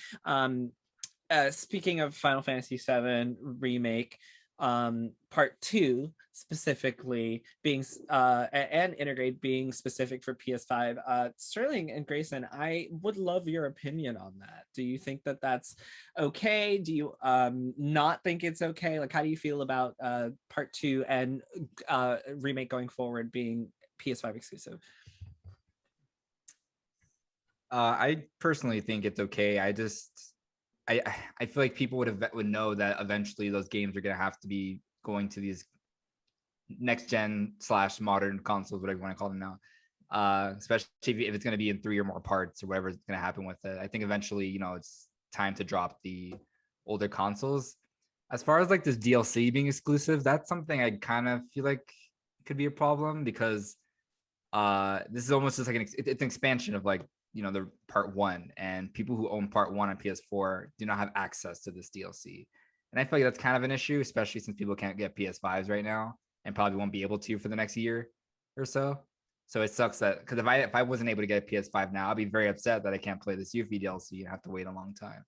So I can totally see the issue there. But if you waited a long time, you would probably end up saving money by buying a compilation. Yeah, I'm sure they'll bundle that in together. That's true. It's just the fact that they can't play it when it's out, that always sucks when people aren't able to access a game that's just out. But the game looks really good. So I'm like, oh, I'm glad that they kind of focus on making that PS5, making the PS5 so it can look and play as good as it does. And it really is just like incredible. It looks so good. So yeah. But they probably could have done it on the PS4, to be honest. Oh no, don't you dare. I won't go into how I feel about that because I've said it on another podcast. That's why I'm asking you guys. But no, Why? Because the simplest reason is because these bitches complained about the door and background textures. So now if you want to play, you got to upgrade. Then you can get wonderful background textures and stop being little bitches and crying about it. Sterling? No, I'm of the same mind as you two. Like, I think it's incredibly naive of some people to think like, oh, why not put the whole rest of the series on the PS4 and old gen? Like, I've seen people say that, like, oh, I bought it on PS4, like I shouldn't have to upgrade. It's like, why? Like that's the way the video game industry works. Like that's the way technology works. You need the new thing to play the new thing. Like it's just the way it goes. Like I'm pretty indifferent to the whole Yuffie thing being on PS5. I don't get to play it because I don't have a PS5, and that sucks. But it's like, it's just a marketing tool. It's a way for them to sell the newer version on the new console. I also think it's a test of sorts. Yeah, for part 2, right? Mm-hmm. And like the story is like canon, right? The Yuffie's DLC like means something. I'm a bit iffy on stuff like that. Like I don't like how you know, it's like the Marvel thing. You have to watch everything, or Kingdom Hearts. Like you gotta get everything to get the whole story. To be fair, this is one DLC episode, so it's not like that. But I'm fine with it. Like they're not getting too weird and wacky. Like you just wait for a PS5. Just like, you know, it looks better, it plays better. As far as my understanding of the Yuffie DLC, it is Yuffie before part 2. Like during Greysun, you'll have to tell me it's during the events of Final Fantasy VII, correct? Yeah, when Cloud's like screwing around with Aerith, and like they don't like Tifa and Barrett didn't know where he was and stuff. Yeah. So that literally just makes me disagree with what you said. I don't think it's like necessary because obviously, as we know, Yuffie was a DLC character in the original, and then not DLC, an optional character in the original. And I feel like if you go forward and she's in the party, they're going to introduce her to the party in a way that makes sense, even if you don't play the DLC. So I don't think this is something that is like necessarily going to deter people if they haven't played it. But you know what could deter people? Oh yeah, sorry, go ahead. I was gonna say I just don't know if if the entire story takes place during that time. So I wonder if there's like a part at the end where like, you know, this much time later and we see like Yuffie at a different point after the events of part 1. So I think that could lead into part 2. You just reminded me that I'm pretty sure Nomura had a interview and he was like, this leads directly into part 2. So I take back everything. So I think it's gonna take place during different events of part 1, and you see what Yuffie was doing during certain sections. So we'll see. We'll see if it has like a big impact. All right. I was just gonna say, like, I'm glad that like I hope the optional characters from the original game are like, you know, integrated into the lore of this remake well, and that they're, you know, you can't make an optional character like that in a game like this anymore. Like it wouldn't really work that well. So no. Well, I mean, they also said that this is one of the compilation pieces, so they're really trying to put the entire FF7 story into the remake, which is really cool. Monday, June 14th, we've got the Verizon and Intellivision presentations, Take-Two Interactive Panel, Mythical Games, the Indie Showcase, Freedom Games, Ven, Capcom, and Razer. Any predictions for any of these? What's Verizon doing there exactly? I have no clue. Like, okay, cool. Verizon there. I'm just gonna like rapid fire a lot of these. Intellivision, what the hell is Intellivision doing in 2021? I don't get that one. We'll find out. I guess we'll find out. I don't know who Mythical Games are, man. Who are these people? I'm sorry if you're a Mythical Games fan, listen to this podcast. I'm sorry. I apologize, but I don't know who they are. Anyway, Indie Showcase. That's always cool. I'm glad there's an Indie Showcase during E3. These usually happen like sporadically throughout the year. The Indie Showcase, like how does that work? Yeah, that's what I'm saying. I don't know who's running this. No clue. I guess just an assortment of indies. How long is that? That's only half an hour, so it's not going to be a lot of games. But that's it's cool like 30 minutes worth of as many game titles as they can get. Oh God! If that's 30 minutes of sizzle reel, if it's 30 minutes to see a sizzle reel, I will have thoughts about that when our post-teacher discussion. Anyways, Van, I honestly of this list here, the only one I really care about is Capcom, but I don't know what they could announce at this conference. They have so much stuff, Capcom. They could really do anything. Bro, this is the year of Capcom. Yeah, Yeah, they they're just- killing it. They just announced that Yeah. Monster Hunter DLC today. yeah. That's crazy. Yeah, no, Capcom is firing on all cylinders. My point that I'm trying to make is that, like, what else could they announce? I'd be like surprised. Like everything that they announce could, you know, be follow-ups to what they've already announced, like, you know, more details. I'm just wondering what they could do, because, like, as far as like surprise announcements, because there's so much already. I mean, there's so much already that has been announced, and so much that they could. I'm gonna actually defer this one to you guys, man, because I want ideas. Resident Evil has pretty much become a yearly franchise, right? The only thing we know that's coming next is the 4 VR game, and there's still like those heavy rumors about the 4 remake. It would be super weird for them to advertise a VR game and a remake of like the same game, but who knows? They could do a Code Veronica remake, like it. Like you said, it is weird that we know that they're going to talk about Monster Hunter, Resident Evil Village, like Monster Hunter stories. It's like, is there going to be a lot more, or are you just like telling us right off the bat what we're going to see? Yeah, that's what I'm wondering. The only thing I'd like to see from Capcom is obviously some fighting game stuff, right? What's happening next, especially with PlayStation starting their Evo Revolution thingy currently. That's you know, I Marvel versus whatever, I don't know what's going to be next. That's always a good one. I think about games like, you know, Dragon's Dogma and Okami and all those other titles that aren't Resident Evil and Monster Hunter, like the things that we aren't currently getting. I would love, and I think because like you guys mentioned, a lot of these we already know what's happening. So I think E3 is the time to show us some of those subsidiary titles from Capcom that are coming that people are huge fans of. Dragon's Dogma 2. Yes, I would love a Dragon's Dogma 2, or, you know, something about Devil May Cry. I don't know. I think it would be really cool to see what's next from Capcom. So I'm hoping, my prediction is that they are going to give us the stuff that we already know, but we're going to see some what's next that's not Resident Evil and that's not Monster Hunter, and I'm excited. They're on a roll, man. They can really dip into the pool of like their other franchises, right? Like they already made a new Ghosts and Goblins, for God's sakes. Like that was pretty cool. Yeah, honestly. Capcom and Square Enix are literally at a position where they can put out bullshit and like it won't matter. They will still make so much money that it literally won't matter. Like look at how far Square Enix is going with the whole like HD 2D art style, like with Dragon Quest 3. Like it's awesome. I think it still looks worse than Octopath.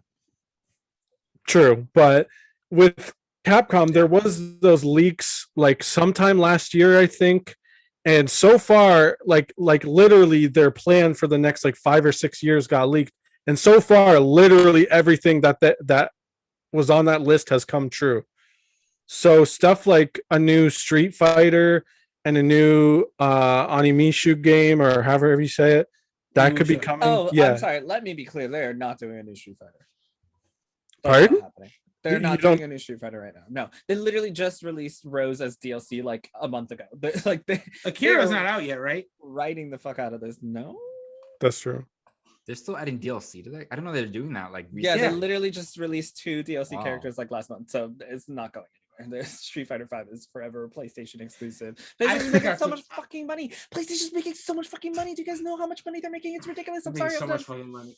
No, I was just gonna say, I just thought of something for Capcom related because Great Ace Attorney is coming out. I was gonna mention that. Yeah. So they can say that, Brandon. Possibly show another trailer for it, but you know what? I really hope that, you know, if the Great Ace Attorney is on people's minds, that, you know, that they're finally do 4 through 6 on. No, maybe, but I was gonna say, please put 4 through 6 on Switch so I can play through them again on stream with Chrissy, because we want to finish this series. We can only do 1 through 3 right now, and the Great Ace Attorney, I suppose. Yeah. For me, I'm like Capcom's like one of the presentations I'm most excited about. So they actually have confirmed already that they are showing Resident Evil Village Like they're talking about Resident Evil Village, and I'm like, what Must are be they DLC. gonna show? Yeah, I'm Yeah. very It must excited be for that DLC. because I really enjoy it. Well, actually, I traded in Village, but I enjoyed it. But I was like, I can't wait to play this DLC that for a game I don't. Try not to own be right too now. stock Sterling. Grayson does. Can I I'm gonna say go buy something the game very again. quickly? For anyone who's listening who hasn't heard this before, Greysun is literally the spokesperson for GameFly. Okay, he is one of the only people I know that has a GameFly subscription, but he swears by it, and he almost Yeah. made me sign up for it. So that's what he says when he says he traded it in. It's a GameFly thing. I am Resident- Canadian. What is GameFly? All right, we'll talk about it after the podcast. It's just like a digital blockbuster kind of thing. Okay. But yeah, I'm excited to see what they have for Resident Evil Village because that game is awesome. And if they have a really cool like expansion, I would love to see that. They said they're talking about Monster Hunter Rise again and Stories 2 and Great Ace Attorneys. These are all games I'm really excited about or have been playing already. Monster Hunter Rise, they've been fucking killing it. Like you guys don't understand how much content that they have been putting into this game. Like they just released a 2.0 title 3.0 title update like 2 weeks ago, and I still haven't finished that stuff. And I'm like 100 hours in, and if they're showing like 4.0 stuff this weekend, I'm like, it's so much stuff. And like you said, like they're like just doing so well there with their top franchises right now. It's crazy. I would love to see like a Mega Man game too. I'm a big fan of Mega Man Battle Network, and we haven't had a game, one of those games in forever. They probably won't do it, but just like a collection or acknowledgement about that sub-series. Just acknowledgement. Just something. Because I'm not like the just wanna be mainline Mega Man, acknowledged. the mainline, like like the 2D Mega Mans are fine. I'm not like a huge fan. I played a little bit of 11, wasn't like in love with it, but I like Mega Man as a character and as like a franchise. So I would love to see them do something different with him. Isn't Battle Network and Legends are the only one that haven't really done collections of yet, right? Shit. Yeah, Legends too. Yeah, Legends has been just ever since they canceled Legends 3 back on the 3DS. Yeah. So we'll see. Yeah.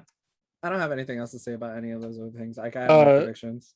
To go off what you said, Grayson, of the Resident Evil DLC, because they released that art book where it showed early concepts of like Ada being in the story. Ooh, What if they did like a that's cool exciting. little DLC episode with her where it's like she had to infiltrate the village at some point, maybe like in the past or something. Yeah, because in Resident Evil 4 they had a little special Ada assignment. So and their Resident Evil Village is so takes so much inspiration from 4.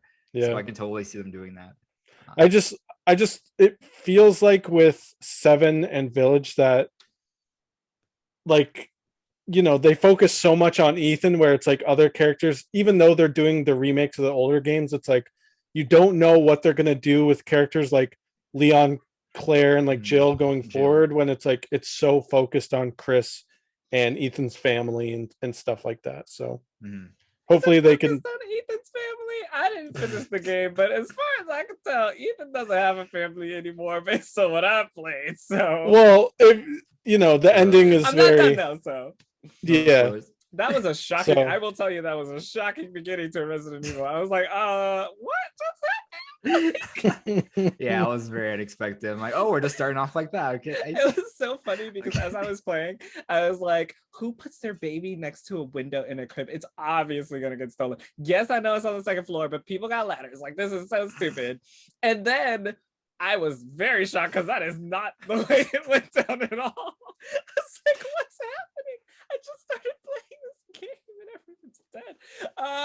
Anyway, I'm sorry. It was just so, and that girl in the beginning is so stupid. Like, I was just like, what is wrong with you? His I'm trying to wife? save you. No, the girl in the house that her dad. Oh, yeah, is yeah, like, yeah. The beginning of the... I was like, girl, what are you doing? Do you want to die? Like, the point is, I'm playing through Village, and I can't wait to eventually talk about it when I finish. Are we ready to move on? I'm proud of you for playing. Thank you. The only reason I was able to play I is because forgot you're like kinda... I was so scared. I still scream like all the time. I jump at everything. I'm just like, and I'm like, I know it's gonna be there, and I still get so scared. But this one's more actiony, so I can I can actually play it a little bit. Yeah. It's not terrible. It's not terribly spooky. Like 7 was way scarier for me. It's I played only it because of you and oh, sorry, go ahead. No, I was just gonna say I played it like Home Alone in the dark during like a thunderstorm. Yeah, I had nightmares. I definitely had nightmares. I only played because of Greysun and David and Kelly, actually, because I was like, ah, fuck that game. Nobody got time for that. Like, I'm trying to die. Yeah. So let's move right along to the final day, which is going to be Tuesday. I'm sure you guys are super excited for Tuesday because we have the Nintendo Direct and Nintendo Treehouse Live, which is super exciting. I always think that I'm usually used to Nintendo doing shorter conferences and showing like 15 minutes of Pokemon because they hate me. We've got hours worth of content coming up as usual, so that's going to be super exciting. And then it's going to be followed by Bandai Namco Entertainment, Eureka Studio, and then GameSpot's going to have a Play for All showcase, and then we're going to have the E3 2021 award show. So I think we can just talk about Bandai and Nintendo. Are you guys okay with that? Unless you want to talk about award? That's literally all I was gonna talk about. Give me your predictions. All right. God. Does someone else want to go first? Because I usually can lead this off, and I have a few thoughts, but I'll let someone. Well, I was just gonna say for Nintendo specifically, yeah. So the big thing that everyone wants to see is Breath of the Wild 2, right? Yep. I don't think we're gonna see Breath of the Wild 2 at E3. You don't think really? So? I think they are. I think they're going to kind of. They're not going to show too much of it, but I think they're going to focus on Skyward Sword a little bit right now because that game is the next. Okay. Whether people like it or not, that is their big, summer Zelda game right now. Okay. And I think they're still going to have some sort of Zelda anniversary thing in a few months. Like, I just think it's going to happen, and they're going to focus on Breath of the Wild 2. They're going to show like a remake of Oracle of Ages or Minish Cap or something, and really just have a blowout. Because the fact that they haven't talked about this anniversary at all is like insane to me, that they haven't announced a lot of stuff yet besides like the Joy-Con and a remake of like the worst 3D Zelda game. See, so I think my worry is that during the 25th anniversary 10 years ago, they said they planned to do a lot with Zelda back then, but they didn't want to like copy themselves and just think they were reiterating what they did with the Mario 25th anniversary. And I'm just so worried because Nintendo is just so freaking dumb sometimes. I love them to death. Like, they could literally have that same thought process that's like, oh, we just went hard with Mario. Maybe we don't want to like keep it going all the time and just like have people have these unrealistic expectations of this. Like, I think COVID is just up. Yeah. I actually disagree with you, Sterling. I feel like Nintendo's also one of those companies that's in a really good spot. And yeah, sure, they will say they don't want to do things they've already done. But I mean, come on, there is a reason that the 25th anniversary Mario game, which one was it? 3D All-Stars, is 3D, it? Yeah. There's a reason that game was released for a limited time, right? This is not like that is a make money ploy off of your mascot if I've ever seen one. And I 100% think that they know that Zelda is big enough. They know that Breath of the Wild is big enough to ensure that we are going to 100% see a lot more from Zelda. But I don't know anything because I don't know Nintendo stuff. Yeah, I'm not saying like that's what they're doing. I'm just like, I'm cautious. Like, I'm very optimistically cautious about what they could or couldn't do. I think we will see Breath of the Wild 2, but I'm worried that like that and Skyward Sword is all we're getting this year. Like, I'm worried that we're not going to get more. Just because, like, again, like with There's the so 3D many All-Stars, Zelda games, I know, but with 3D All-Stars, like, that's all we got. We got the 3 games, and like, I'm happy we got those, but like, they really could have done a lot more with that anniversary type collection. Like, what? We got 3 games. We got a brand new Switch. We got no. I'm talking about literally just Mario 3D All-Stars. Like, I'm not talking about the anniversary as a whole. What do you want? What do I want with the 3D All-Stars collection? Yeah, like, what did you want?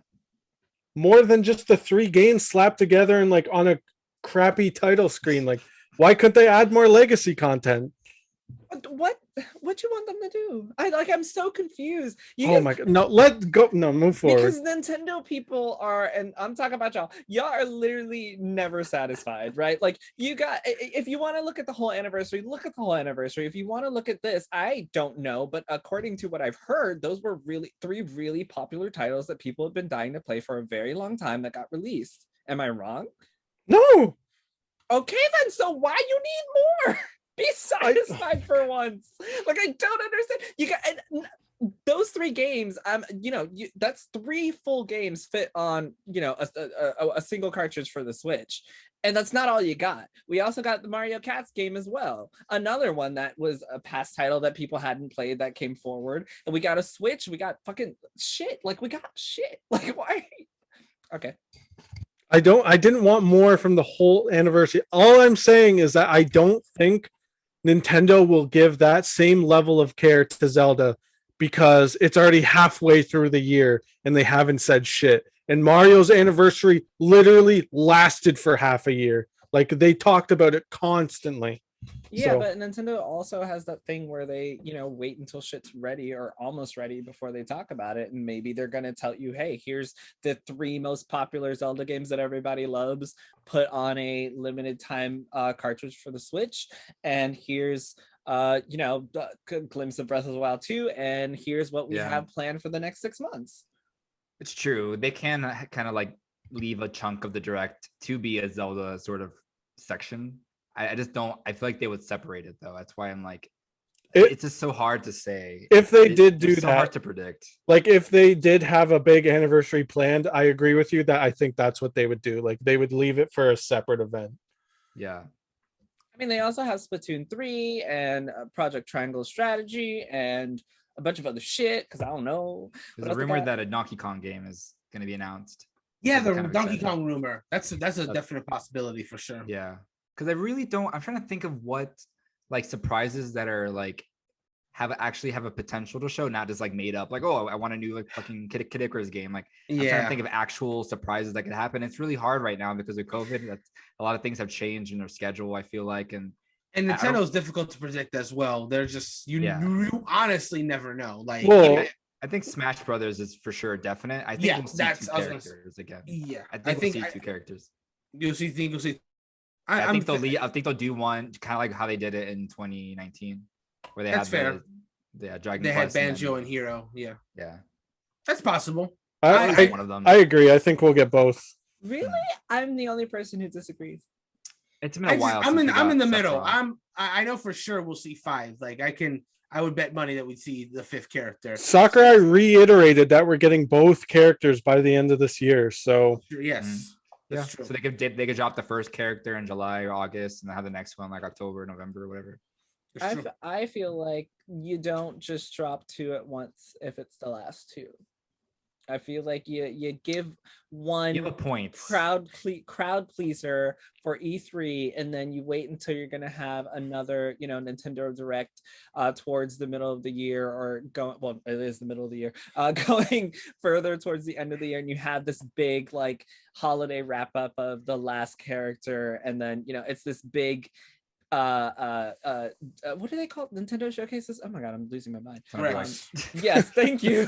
That's when you have your big Nintendo Direct where you say, okay, here's the big final reveal of the character. That's what I think. I don't think they're gonna show. You're right. I think it depends on the characters they have to show. That. Because Yes, I think that is true. Right. I think they did that in 2019 because personally, I think Hero is one of the lower. In terms of like overall hype for the character coming to Smash, Hero was definitely like In America. Hero was okay, hyped for in Japanese. America, Banjo fine. was Yeah. hyped for like American. Exactly. Western Exactly. audience. Exactly. So that's why they if did these, that. if these 2 fighters are like big ones, then yeah, they should definitely split that up because that'll like diminish the reveals for both if you have them at the same time, like Jarrell was saying. So they do have like, God forbid, Sora or freaking Dante. Not for God forbid, but like, I mean, like, I don't think it's gonna happen. I mean, I use the wrong words, but like Sora or Dante, like a Monster Hunter character, Resident Evil character, Phoenix Wright. I feel like they should have their own Give me Tifa. solo reveal. She's an assist, not assist. She's a costume, so we're I don't probably not care. gonna- Spirit Give me and a Tifa. costume. yeah. You know, I don't care. I think there's a possibility they could do both characters this time and then say, There's an additional. hey, we're my doing a God, no. third fighters pass. Ugh. Like I agree that it is a lot and it's a stretch, but at the same time, Smash is literally the best fighting selling game of all time. Yeah. Yeah, that's I actually highly doubt seeing A a third? third full third, maybe one additional character, but we already got one additional character for this one, right? Yeah. This poor man is gonna die. Yeah, That's what I mean. He's such a masochist. Like he's such a perfectionist. Like there's he might- like, can you do another one of these? And he's like, I don't think that at Yeah. all. I highly disagree with that. Also, because yeah, now I agree you with have, Jarrell. you have Yeah. me costumes, and you have the spirits, and you have ways to incorporate a ton more characters that you necessarily wouldn't have been able to. So like when was Smash released? 18. 18, yeah, 18? late. December. Yeah, this is, if they weren't releasing DLC characters so fast, this could have lasted for another 5 years. But the fact that they're doing them so fast is why Smash is at, I think, the place that it's at right now. And when I say that, I mean, like, I think Street Fighter V was like 2014, 2015, and its roster still has not reached Smash levels, but they just got a new character last month, right? Smash is only 2 years out, and we have so many characters to choose from. I cannot see them like and not only that, I think that even though it is the biggest fighting game, selling fighting game of all time, there's way too much of a bang for your buck type situation when it comes to the DLC in Smash for it to be something that is really making the amount of money that I think people think that it makes, right? So the amount of work that goes into being able, and the work and licensing that goes into being able to create a character, and the stage for that character, and however many songs you're going to get for that character, and all the people that got to get paid after every single iteration of that, adding 5 or 6 more to this already huge roster for $5 per person. Like, yeah, there's a lot of people that are buying this, but I have to imagine that there are still people that don't have all the DLC, and I don't see them making, I don't see it making, I don't know, obviously this is just my assumption, I don't think it's making enough of a profit to be able to, and that's not to say that it's not making a profit, I'm sure it is, I'm sure Smash is doing very well for Nintendo, but charging just $5 for all of that content twice, adding an additional character, and then doing it again, highly doubt that will happen. It would be cool if they do like once they do have the final character, they release like a package version with all the characters, DLC in it. They Yeah, like, probably we're done with the Smash. We're not gonna get any more fighters right now, but we are releasing this That's so package much version for any new players who for some reason haven't picked up the game yet, and have every single DLC character in it. I think that'll be awesome.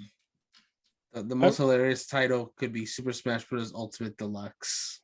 Oh no. I'm curious, like, what are you most excited for, Jarrell? I don't know Nintendo, so nothing. I literally am just going with the flow with Nintendo. Like, the only thing that would excite me is Octopath Traveler 2. Or something in the vein of an actual JRPG, like a classic JRPG coming to Switch that I can take on the go. I don't play Zelda or Mario, so those franchises aren't like. Did you play Bravely Default 2? Yeah, I'm still in the process of playing it. Yeah, Love but it. I love Bravely, like that excited the fuck out of me. So something like that, I'm gonna be like, oh my god. Even Project Triangle, I am still iffy on it. I haven't played it. Yeah, I know. I haven't played enough of it to move forward. But okay, I loved Three Houses. So if there's a game that is gonna give me the story impact, because that's what I'm looking for, like a JRPG would, like, or the ability to really tap into those. All right, I'm going on. Yes, anything that's like JRPG, JRPG story goodness is what I would get excited for. Anything else, I mean, maybe that's not true. There's one. I've always wanted to play Majora's Mask. So if there is some type of Zelda Majora's Mask thing, I would actually be excited for that. But everything else, I'm not. I played 2 Zeldas in my life, Link's Awakening and Breath of the Wild. So I think it's a lock that we're probably going to see Triangle Strategy during the Nintendo Direct, because they said it's coming out next year, and we'll get the update on the results from the survey. Yeah, I would love to see that survey. I love watching the survey result videos because it's just refreshing to see all the feedback. That's why I love those developers so much. Directly addressed in the video. I'm just like, I've never been as invested in gameplay videos as I am those survey videos, because it's just direct cause and effect. Well, it's cathartic. It's surprising like how well Team Asano is doing, because it was also revealed that they're they are the ones doing the Dragon Quest 3 remake, and like they got Triangle Strategy. They just released Bravely Default 2, and like they all look so good. Like we eating good lately. They all look so good. Really? I think Dragon Quest 3 looks like, compared to a normal like pixelated game, right? Just a straight 2D game. I think it still looks good. Mm-hmm. I agree with you that like Octopath Traveler looks 100 times better, but I just like the art style so much. Project Triangle looks the worst out of all of them. I said it. 100%. Okay. Looks the worst out It's of all still of them. early for that one. That doesn't make it not look the worst. Yeah, I agree. It's still early, but when we got It could this look better or something. yeah, because when we got the Octopath demos, like they looked good, and then they just looked better. Like this looked. Did you bad, tell them in the hopefully survey that it looked ugly? No, because that's not nice, You're Greysun. Like, is I played ugly. your game. I have things to say, but the biggest thing is you need to fix your graphics. I'm not feeling it. Send him a screenshot of Octopath. You see this? This is what you need to be doing. You know who made this? Make that game. It's the same people. What are you doing? Like, do it right. Yeah. Anything else for Nintendo? I haven't said mine, but if you guys, it's not really or prediction, Bandai but Namco, yeah. I do want to see a Wario game, like a 2D Wario game or a WarioWare game. I hope they Anything give you really. one, honestly. the WarioWare the- one, I think is going to there's happen the- after that very specific survey question. Yeah, they but a get. 2D Yeah, game like WarioWare is Shake It was so good. I Yeah, it's so freaking good. miss I like Wario Land. both. I miss Wario Land so much. I love We need Wario we Land. need a year of the Wario where we just get all these. Year of Wario. They could. Hold on. Wario's first appearance was in '92. So he'll be celebrating his 30th. soon, yeah. 30th next year. They could just make next year the year of Wario. No, because Please. it's going to be the second half of the year of Zelda. I mean, when the second half of Zelda is done, they'll just transition to Wario. There you go. Good. Can you imagine, like, I don't know, Koizumi coming out for directing a Wario hat and being like, "This is the year of Wario." Do you guys Oh. do you guys think we'll see Splatoon at all? Yes. I don't Possible, yeah. I don't think we're going to Yeah. see in-depth stuff, but I do think we're going to Nothing get in-depth. maybe Exactly. another teaser. They said it comes out early. Did they say early 2022? Just I don't 2022. remember.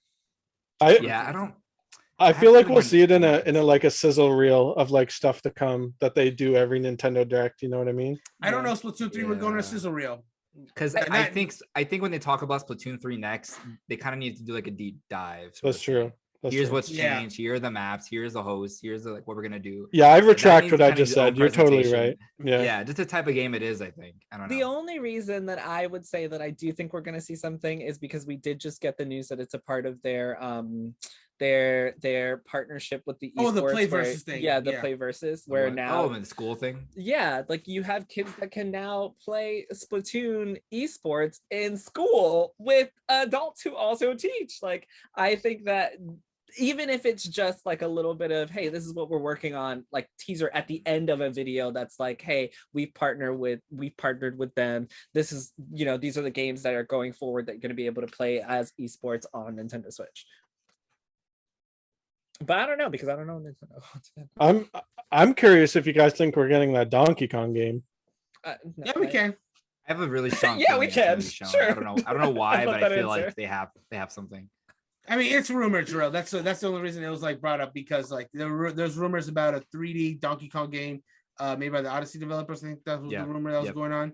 So yeah, it's possible. If it's real, then E3 would be the place to show it. We haven't even talked about the big elephant in the room of the Switch Pro. Like, Oh my god, yeah. That's not getting announced at E3. I'm just No. gonna say that right now. Yeah, I don't think so. it We'll is. talk about it. That's No. fine.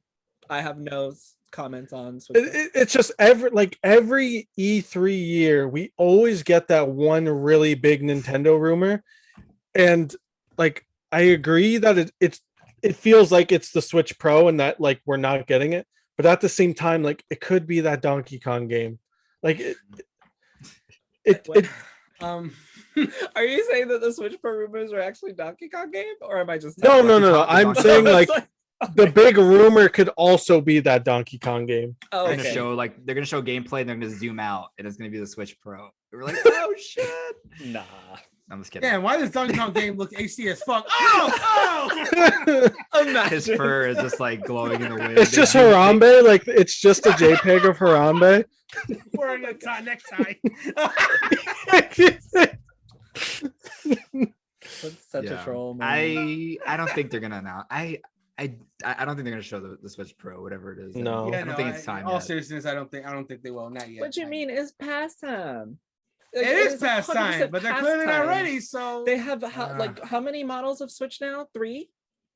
They have the Technically, original. yeah. They have the second model, and then they have the light. Yeah. I mean, yeah, technically, but that's more of like a 1.5 model. If we're being real, Doesn't matter. It's a new model.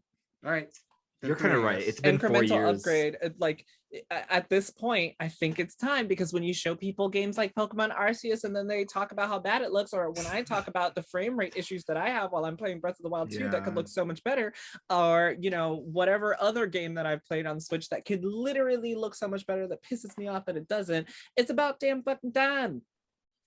There's no reason that I can't on these big ass fucking TVs. Why the fuck can I not like play this game in 4K? It would look so good. Why am I topped off at 1080p? This is not 2009. Like, what the fuck? Come on. Jarrell just wants triangle strategy to look better. I just want triangle strategy to look better, honestly. That's all I want. That's all I want. It just has so many elements. I like when I saw that I had to melt the ice to turn into the water, I was like, oh no, I can't. Like it's just too much. Like chemistry. I already have to do tactics. I gotta do chemistry and tactics, and then That's I gotta why kill people. Oh, is that why you're iffy on Breath of the Wild? Because it's like there's so many hidden like chemistry elements. Stuff. Yeah. It doesn't make, some of it doesn't even make sense to me. Like I do things, I'm like, how does this happen? No, I my Breath of the Wild adventure, I'll have to tell you after the podcast. It wasn't. Apparently I did the hardest boss fight first. According to Gabe, yeah. No one told me. So that's a whole nother story. I would also like to see more on Pokemon. I'll be happy. It's 25th anniversary. I think that'll be in the treehouse. I think that'll be in the treehouse. More likely. The what? Y'all think so? The Pokemon? Because Pokemon they don't show a lot of Pokemon during their E3 presentations. Yeah, it's usually just they just show gameplay during treehouse and then just that's it. You think they're gonna show what? The gameplay of Diamond and Pearl remake. There's a very small chance that Legends Arceus ish. Is it not? Yeah, so it'll be on treehouse, but it won't be on the presentation. Is what we're saying. I don't agree. Obviously, I could be wrong, but I don't see why they would show. If they did, it would be a first, and I'd be surprised, just as surprised. But I don't see why they would show Brilliant Diamond and Shining Pearl. It's literally like a few months away. What are y'all gonna show me? Like the same game I've already played. Yeah, the same generation. I mean, they haven't really talked about like if there's any changes or any features. So like that they can show. Your argument is that they're just not going to market the game. No, that's not what I'm saying. I just think that there are bigger titles to focus on for a treehouse than but it's like 3 hours long. But no. But Sterling, here's the thing: when E3 was normal, they would have like 5 or 6 hours across 3 days. Game, though, so it would be 18 hours in total of treehouse. But now we only have 3 hours of treehouse for one day. Okay. I see what Jarrell means. Yeah, exactly. Because I specifically remember Zelda was literally just that one day, like Breath of the Wild. It was only Breath of the Wild that entire day, and then the next day they did like Splatoon. Like so I don't see them like focusing on, maybe I would see them doing something for Arceus since it's coming out or like January, but I don't like, how much are you going to show for Brilliant Diamond and Shining Pearl in a 4-hour time gap with whatever else you decide to show off? See, that's the thing too. It's just how they're going to do the treehouse, because again, it's what they used to have 3 days to show, they now have condensed to 3 hours. So they, like Jarrell said, they've got to be more careful about what they show in the treehouse. So and that's not to say that they won't market the game. Like, I don't want it to come off like I'm saying that, because once again, it's Pokemon's 25th anniversary, right? And what do we have for that? What do we have to show for that? The same shit we got for Zelda. So like about like, and the difference is Pokemon, I think, has pretty much announced everything they're gonna do, at least as far as games. There's other stuff they can. What's that? We had a weird ass concert too. The concert, That, yeah, the yeah. album We is have coming out too. what the announcements for Pokemon. I think this year are pretty much like who's the other musicians that are going to be doing the concerts, and I don't know. There could be like little hidden collaborations. There's that not Zygarde. What that Zarude movie that's supposed to be coming out. We made like it's not going to happen during E3, but that is a Pokemon announcement for the anniversaries. But as far as games, yeah, I think we know everything. So is there anything else you guys want to talk about for Nintendo before we Yeah, one last thing. I don't have too many predictions for Nintendo besides what we've already said because Nintendo's unpredictable, but I will throw out just one. Teach says it's time for a new Fire Emblem remake. Remake. I think it's too soon for a brand new Fire Emblem like Three Houses. I think it's too soon for that. But I think we are in prime time to potentially get a remake of like the GameCube one that nobody. The Path of Radiance, yeah. Yeah, Path of Radiance, the Wii one, or both of them in like one story. That'd be really cool, but that's kind of ambitious. Or even just those Super Famicom titles we never got. Like the Genealogy of Holy was the one that everyone talks about that I would love to see a remake of. That was the game was very similar to Three Houses in a lot of ways, so it would make sense to do that now that Three Houses has come out. I just really do think that even if it's not during E3, I think the next Fire Emblem game that does come out is a remake of a past game. Hopefully one that hasn't been localized.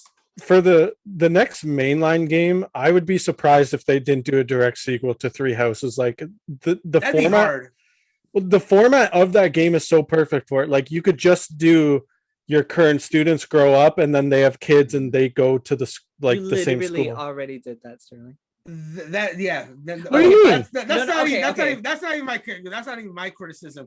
My criticism is that'd be very difficult because there's four different routes you can take in Three Houses. I guess that's true, yeah. And depending on who you recruited will determine who lives and who dies. That's very hard to manage. That's true.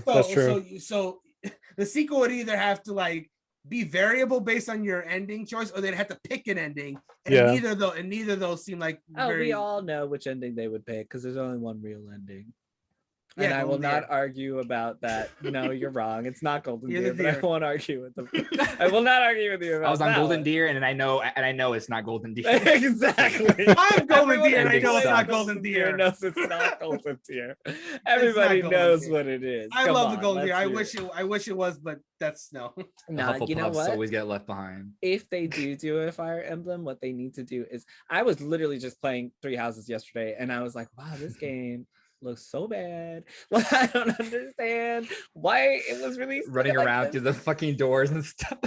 And yes, but it wasn't even that. It's like people talk about the fucking door in Final Fantasy VII. Have y'all seen the trees in Fire Emblem? Like they look. Or the fruit baskets. In the vendor cell. In the support conversations, the backgrounds are literally just like diagonal JPEGs, like that they try to stretch across the screen.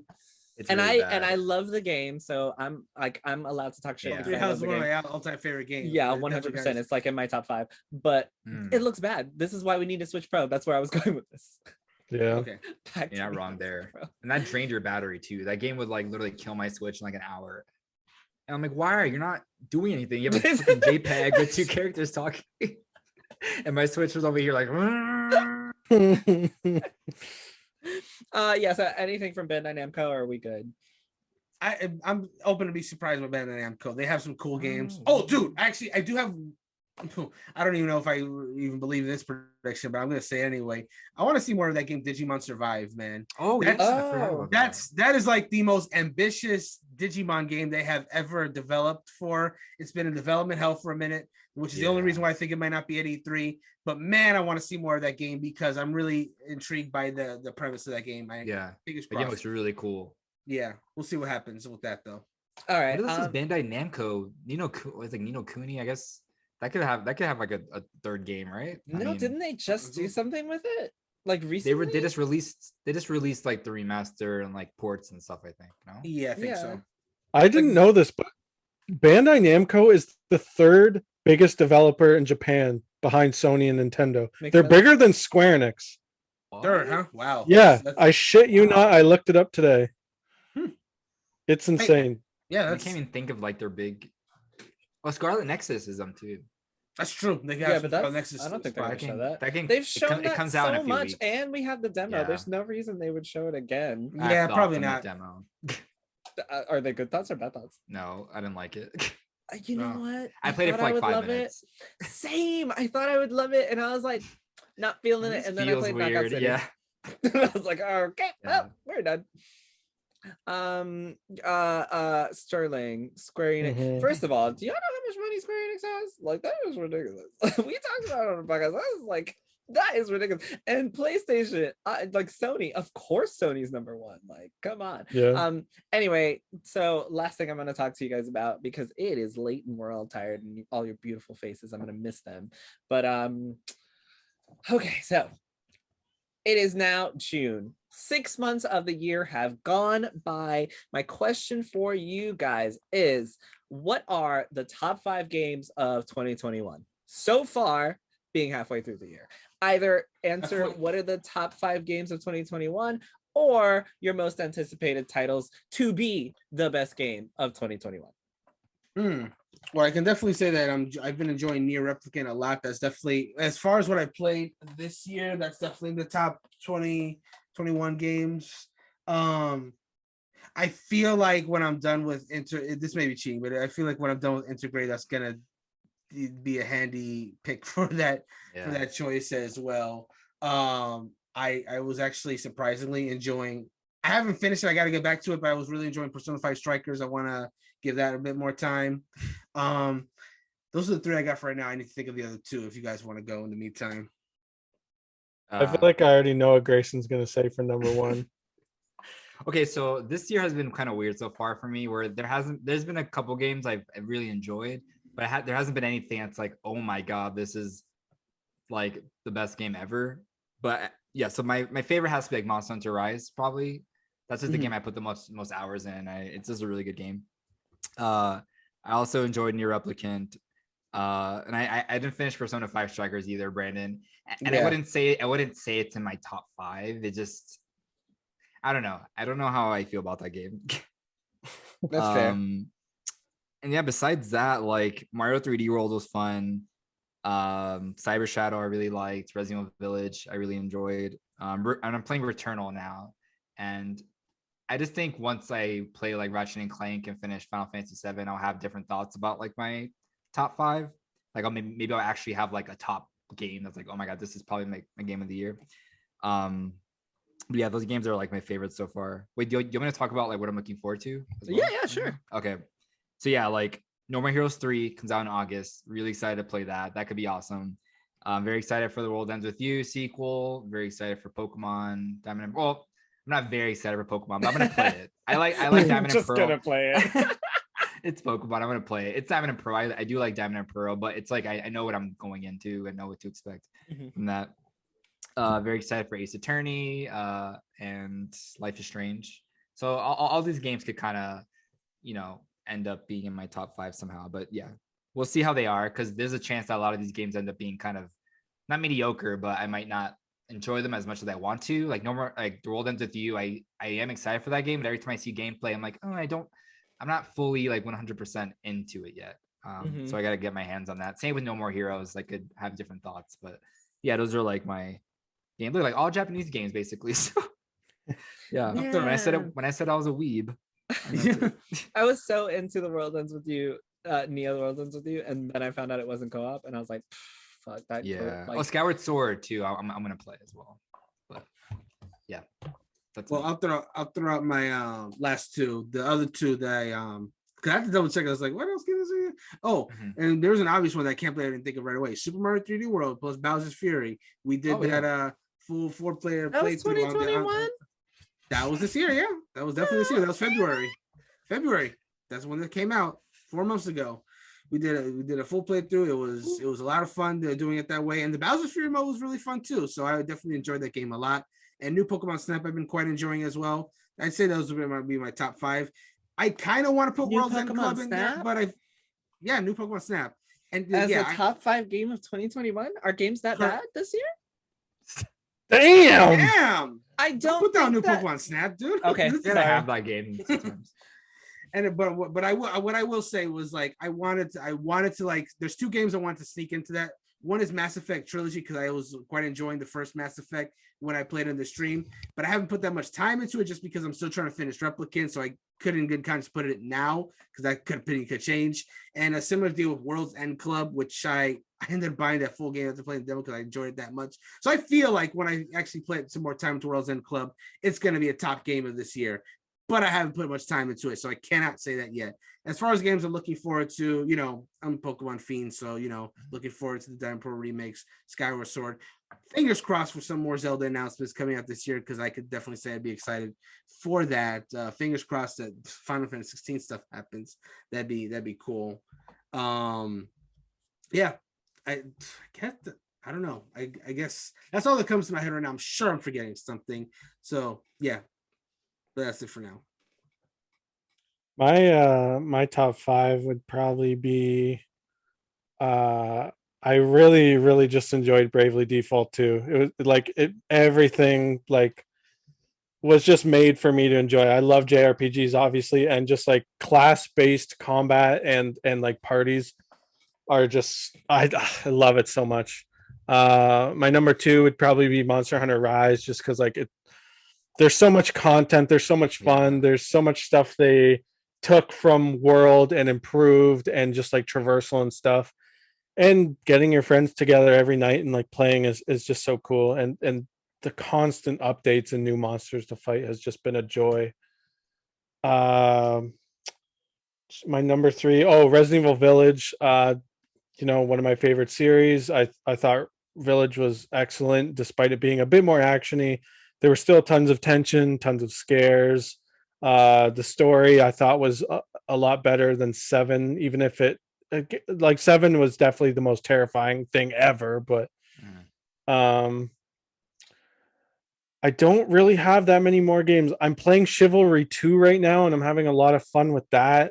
I'm not big into multiplayer games like that, but the combat is just fun, and me and my friends are having a good time just whacking each other with swords. So I could not think of a number 5 for the life of me. I know I'm on the outs here. I didn't enjoy Mario 3D World and Bowser's Fury that much. I know that's friggin' blasphemy, but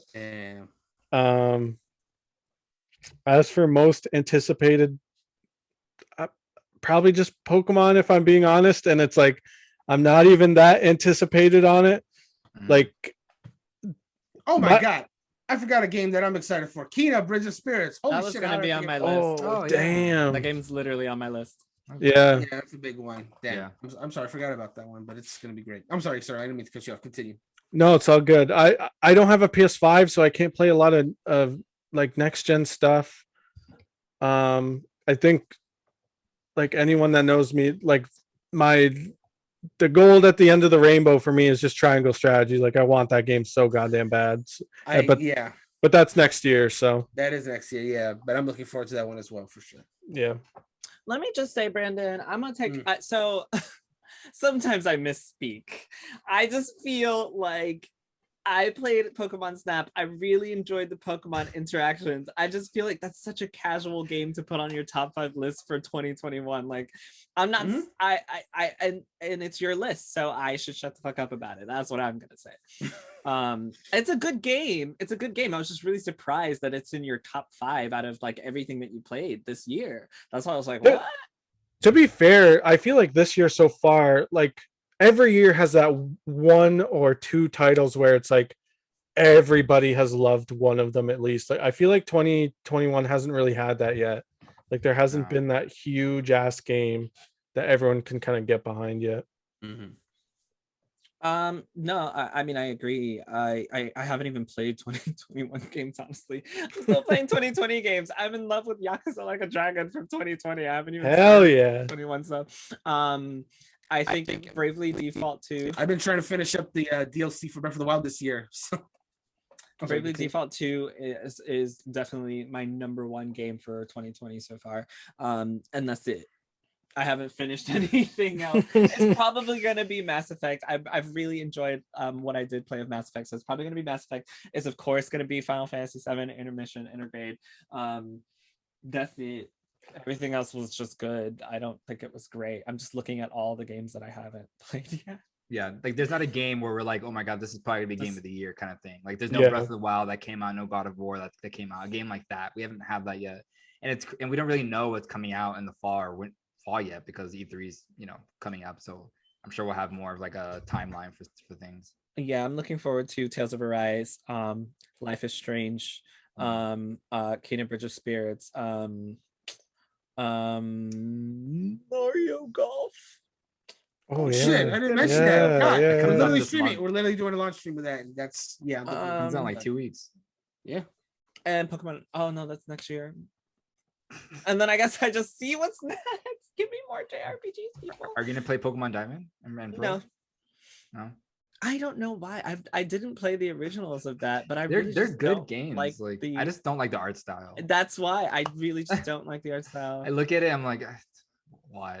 I'm not a fan, and I know that people love it, and I get why they love it. I just personally don't like it. I do like the battle sequences. Like I think they look really good when you're in battle, clean, but yeah. like walking around like this big-headed ass little piece of shit, like I'm sorry, that was intense. I just want a Pokemon game that looks like Octopath. Yeah. I know you do. that's I not don't. happening. I don't want that at all. I think Just like it's a one regression. one game. I think that's such a regression from what, and I think that's why I Octopath don't isn't like a regression. No, I mean, it's an old school graphics. no, just but for that's like a not on spin-off or something. purpose. Like to me, and I'm gonna end with this. To me, the reason that I think that's a regression is because Octopath is done on purpose to be like what that was, right? Pokemon is essentially constantly moving forward. It's really Right. weird for you to give me like 3D models of Ninetales. I know what it looks like. I know what it interacts with, how it interacts with other, Pokemon. I'm able to have a life-size one with my life-size avatar, and then be like, oh, just kidding. Here's a little baby pixel ones for you to enjoy because nostalgia reasons, I guess. And that's kind of why I don't like the remakes. Like I think it's really weird to go from like full-sized, more adult-looking avatars that are super customizable back to this little chibi, like let's all be in 4th grade playing Pokemon together again type thing. Like I don't like that, and I think that's why I'm not interested in. Like, give me more stuff like Arceus, right? Like, give me going forward that open world Pokemon with character models that are to scale and Pokemon models that are to scale. Like, let me see these bitches fight. That's what I'm paying for. Like, with the remakes, it feels like the decision to make that art style is just to be cheap. Like it. You think so? I think they also handed it off to a different developer too. So what, you think it's because of the backlash of like Sword and Shield's graphics, or? No, I don't think so. No, I think it literally is that people would be pissed off if it was like Sword and Shield. 100%. Yeah, they don't. Sword and Shield was its own thing, and Diamond Pro they know is like special to a lot of people. Yeah. So I guess it's safety. It's safety is what it is. It's like they knew it'd be safe to have it look as close as possible to the original while still being updated. If that makes sense. Yeah, I get you. Like, I would love Diamond and Pearl to look like Sword and Shield, but everyone else would be like, this isn't the remake we wanted. We wanted, Octopath Traveler style Pokemon. Sorry, Greysun. I 100% want it like Sword and Shield. Like, I think that would be sick. Same. I thought that was the natural progression. I like it more than the way it looks now. Yeah. That's how I felt. That's 100% how I feel. I just think they're focusing on, sorry. No, go ahead. I think just because Game Freak is focusing on the Legends of Arceus game, they're like, okay, you hand this off to this other studio, you guys can make it and it's gonna look a chibi, so you guys can make it in like this amount of time. You don't have to make it like look like Sword and Shield. Yeah. That was, and it probably was. Yeah, that's probably the main reason, or just probably because what you guys said, people didn't want backlash about Sword and Shield trees and stuff like that. Yeah, I agree with Brandon. I think it's very safe because I don't even think that this game is going to add any, like, I don't know if Gen 4 had any, like, Dynamax or Z moves or anything, but this is, to me, this is just going to be real basic, easy 4th grade level Pokemon, right? Like, I'm not interested in that. I personally am not interested in that. I've become like, I've done a competitive Pokemon battling, right, with an almost full Pokedex, and then you're telling me to play this chibi shit with like half of that and then be happy because it looks chibi. Like, no, that's not for me. And I love it's Pokemon. chibi, but it's not nostalgic in any sense. Like it I think just it will seems be. Yeah, but I think it will be for people. I don't know. I never got that sense. Like it's not reminiscent of its old art style. I feel like I get what like Grayson and Brandon are saying by like the wanting like the Octopath Traveler like art style. Like I just feel like Chibi's a bit odd in a sense. I don't know. That's just me. No, I agree with you. I do think Chibi is odd, but I don't agree that it's not nostalgic. I feel like once you see those, I think it's basically taking the sprites but turning them into chibis, but everything else is the same. And when you get past that like sprite turned into chibi thing, it's like playing the game that you know. So I think the nostalgia can be there, but I'm also talking as someone who didn't play it. So yeah. YOLO. Anyway, it's late. Love you all. Thank you all for coming on the podcast. I can't wait to see what happens during E3. Yeah, it's always a fun discussion with Grayson and Sterling and Brandon. Thank you guys for filling in when our cast couldn't be here. Thank you so much. Seriously, it's been an awesome conversation. I look forward to having you guys back on if you have the time. I know you're also busy. Anytime. And with that, Grayson, where can people find you? You can find me on Twitter. You can find me on Twitter at Greysun Morales, and you can find my writing at Gamerant. He's doing lots of Fortnite guides. Yeah, I've been playing a lot of Fortnite. Real quick, I am doing I don't know the date. I'm gonna be in a PAX online panel that's gonna be taking place in July. It's gonna be we're ranking the top 10 Nintendo games. It's gonna be me, my friend Brendan Groom from Pass to Controller, Alana Pierce, Tim Geddes from Kind of Funny, Lily Zaldivar, and that's it. Yeah, it's gonna be really fun. So if you guys are watching the PAX panels, I can't tell you the exact date, but look it up and we'll be on the schedule so you can watch it. Cameron's gonna be in there too, isn't he? Cameron, yes, Cameron Hawkins. Yeah. I knew I was forgetting one person. I'll also put the article link in there. Also, if you enjoy Brendan Groom, you should listen to the episode he was on for HP Critical plug time. Also, if you enjoy Cameron Hawkins, you should listen to him tell you all about Kingdom Hearts on the What is Kingdom Hearts podcast, because him and Brandon know what Kingdom Hearts is, and I have learned. So come learn with me. Sorry, Sterling. Where can people find you? Y'all can find me on Twitter at Silver Sterling. You can find my writing on Twinfinite and Jump Cut Play. And I also have my own podcast, Memory Card Memoirs. It's on all the podcasting networks. And I'm a part of an anime podcast called the Simply Anime Podcast. Same thing. You can find it wherever you need to. And thank you, Jarrell and Brandon, for having us. It's been lovely. Of course, you guys are always putting in the work, but it's really great when I have time to talk to y'all. Y'all really you get me. You get my weird opinions, and you don't judge me when I talk shit about video games that I love, and I appreciate that.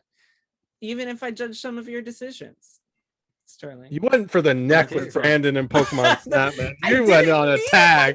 I didn't mean it like that. I just really thought. Look at how unimpressed he is. He's like, yeah. He's so sad. Brendan has really liked games this year, or at least I've heard him talk about games that he's really like playing, like Ace Attorney and Nier Replicant. So when he said Pokemon Snap, I was like, really? I literally have seen you play that like once, I think, and I don't hear you talk about it. So I was like, that's really your top 5 so far? That's what it was. Because Brandon has talked about more better games that he's liked. So that's why. I apologize. You're right. I'm sorry, Brandon. It's just I've been playing a lot of games this year. Like the games I've been playing 2021's been weird. I haven't been really playing like a lot of games that came out this year. I'm playing a lot of games that I mentioned earlier that I've been finally getting around to the DLC of Breath of the Wild, and that's just one of the games that from past years that I've finally getting around to. So it is what it is. I also just stopped playing Pokemon Snap. So I'll never forget you saying, "Are games really bad this year that you have to put?" I feel so bad. Oh my god. Okay. And with that, good night, everybody. Podcast over. Bye. Bye.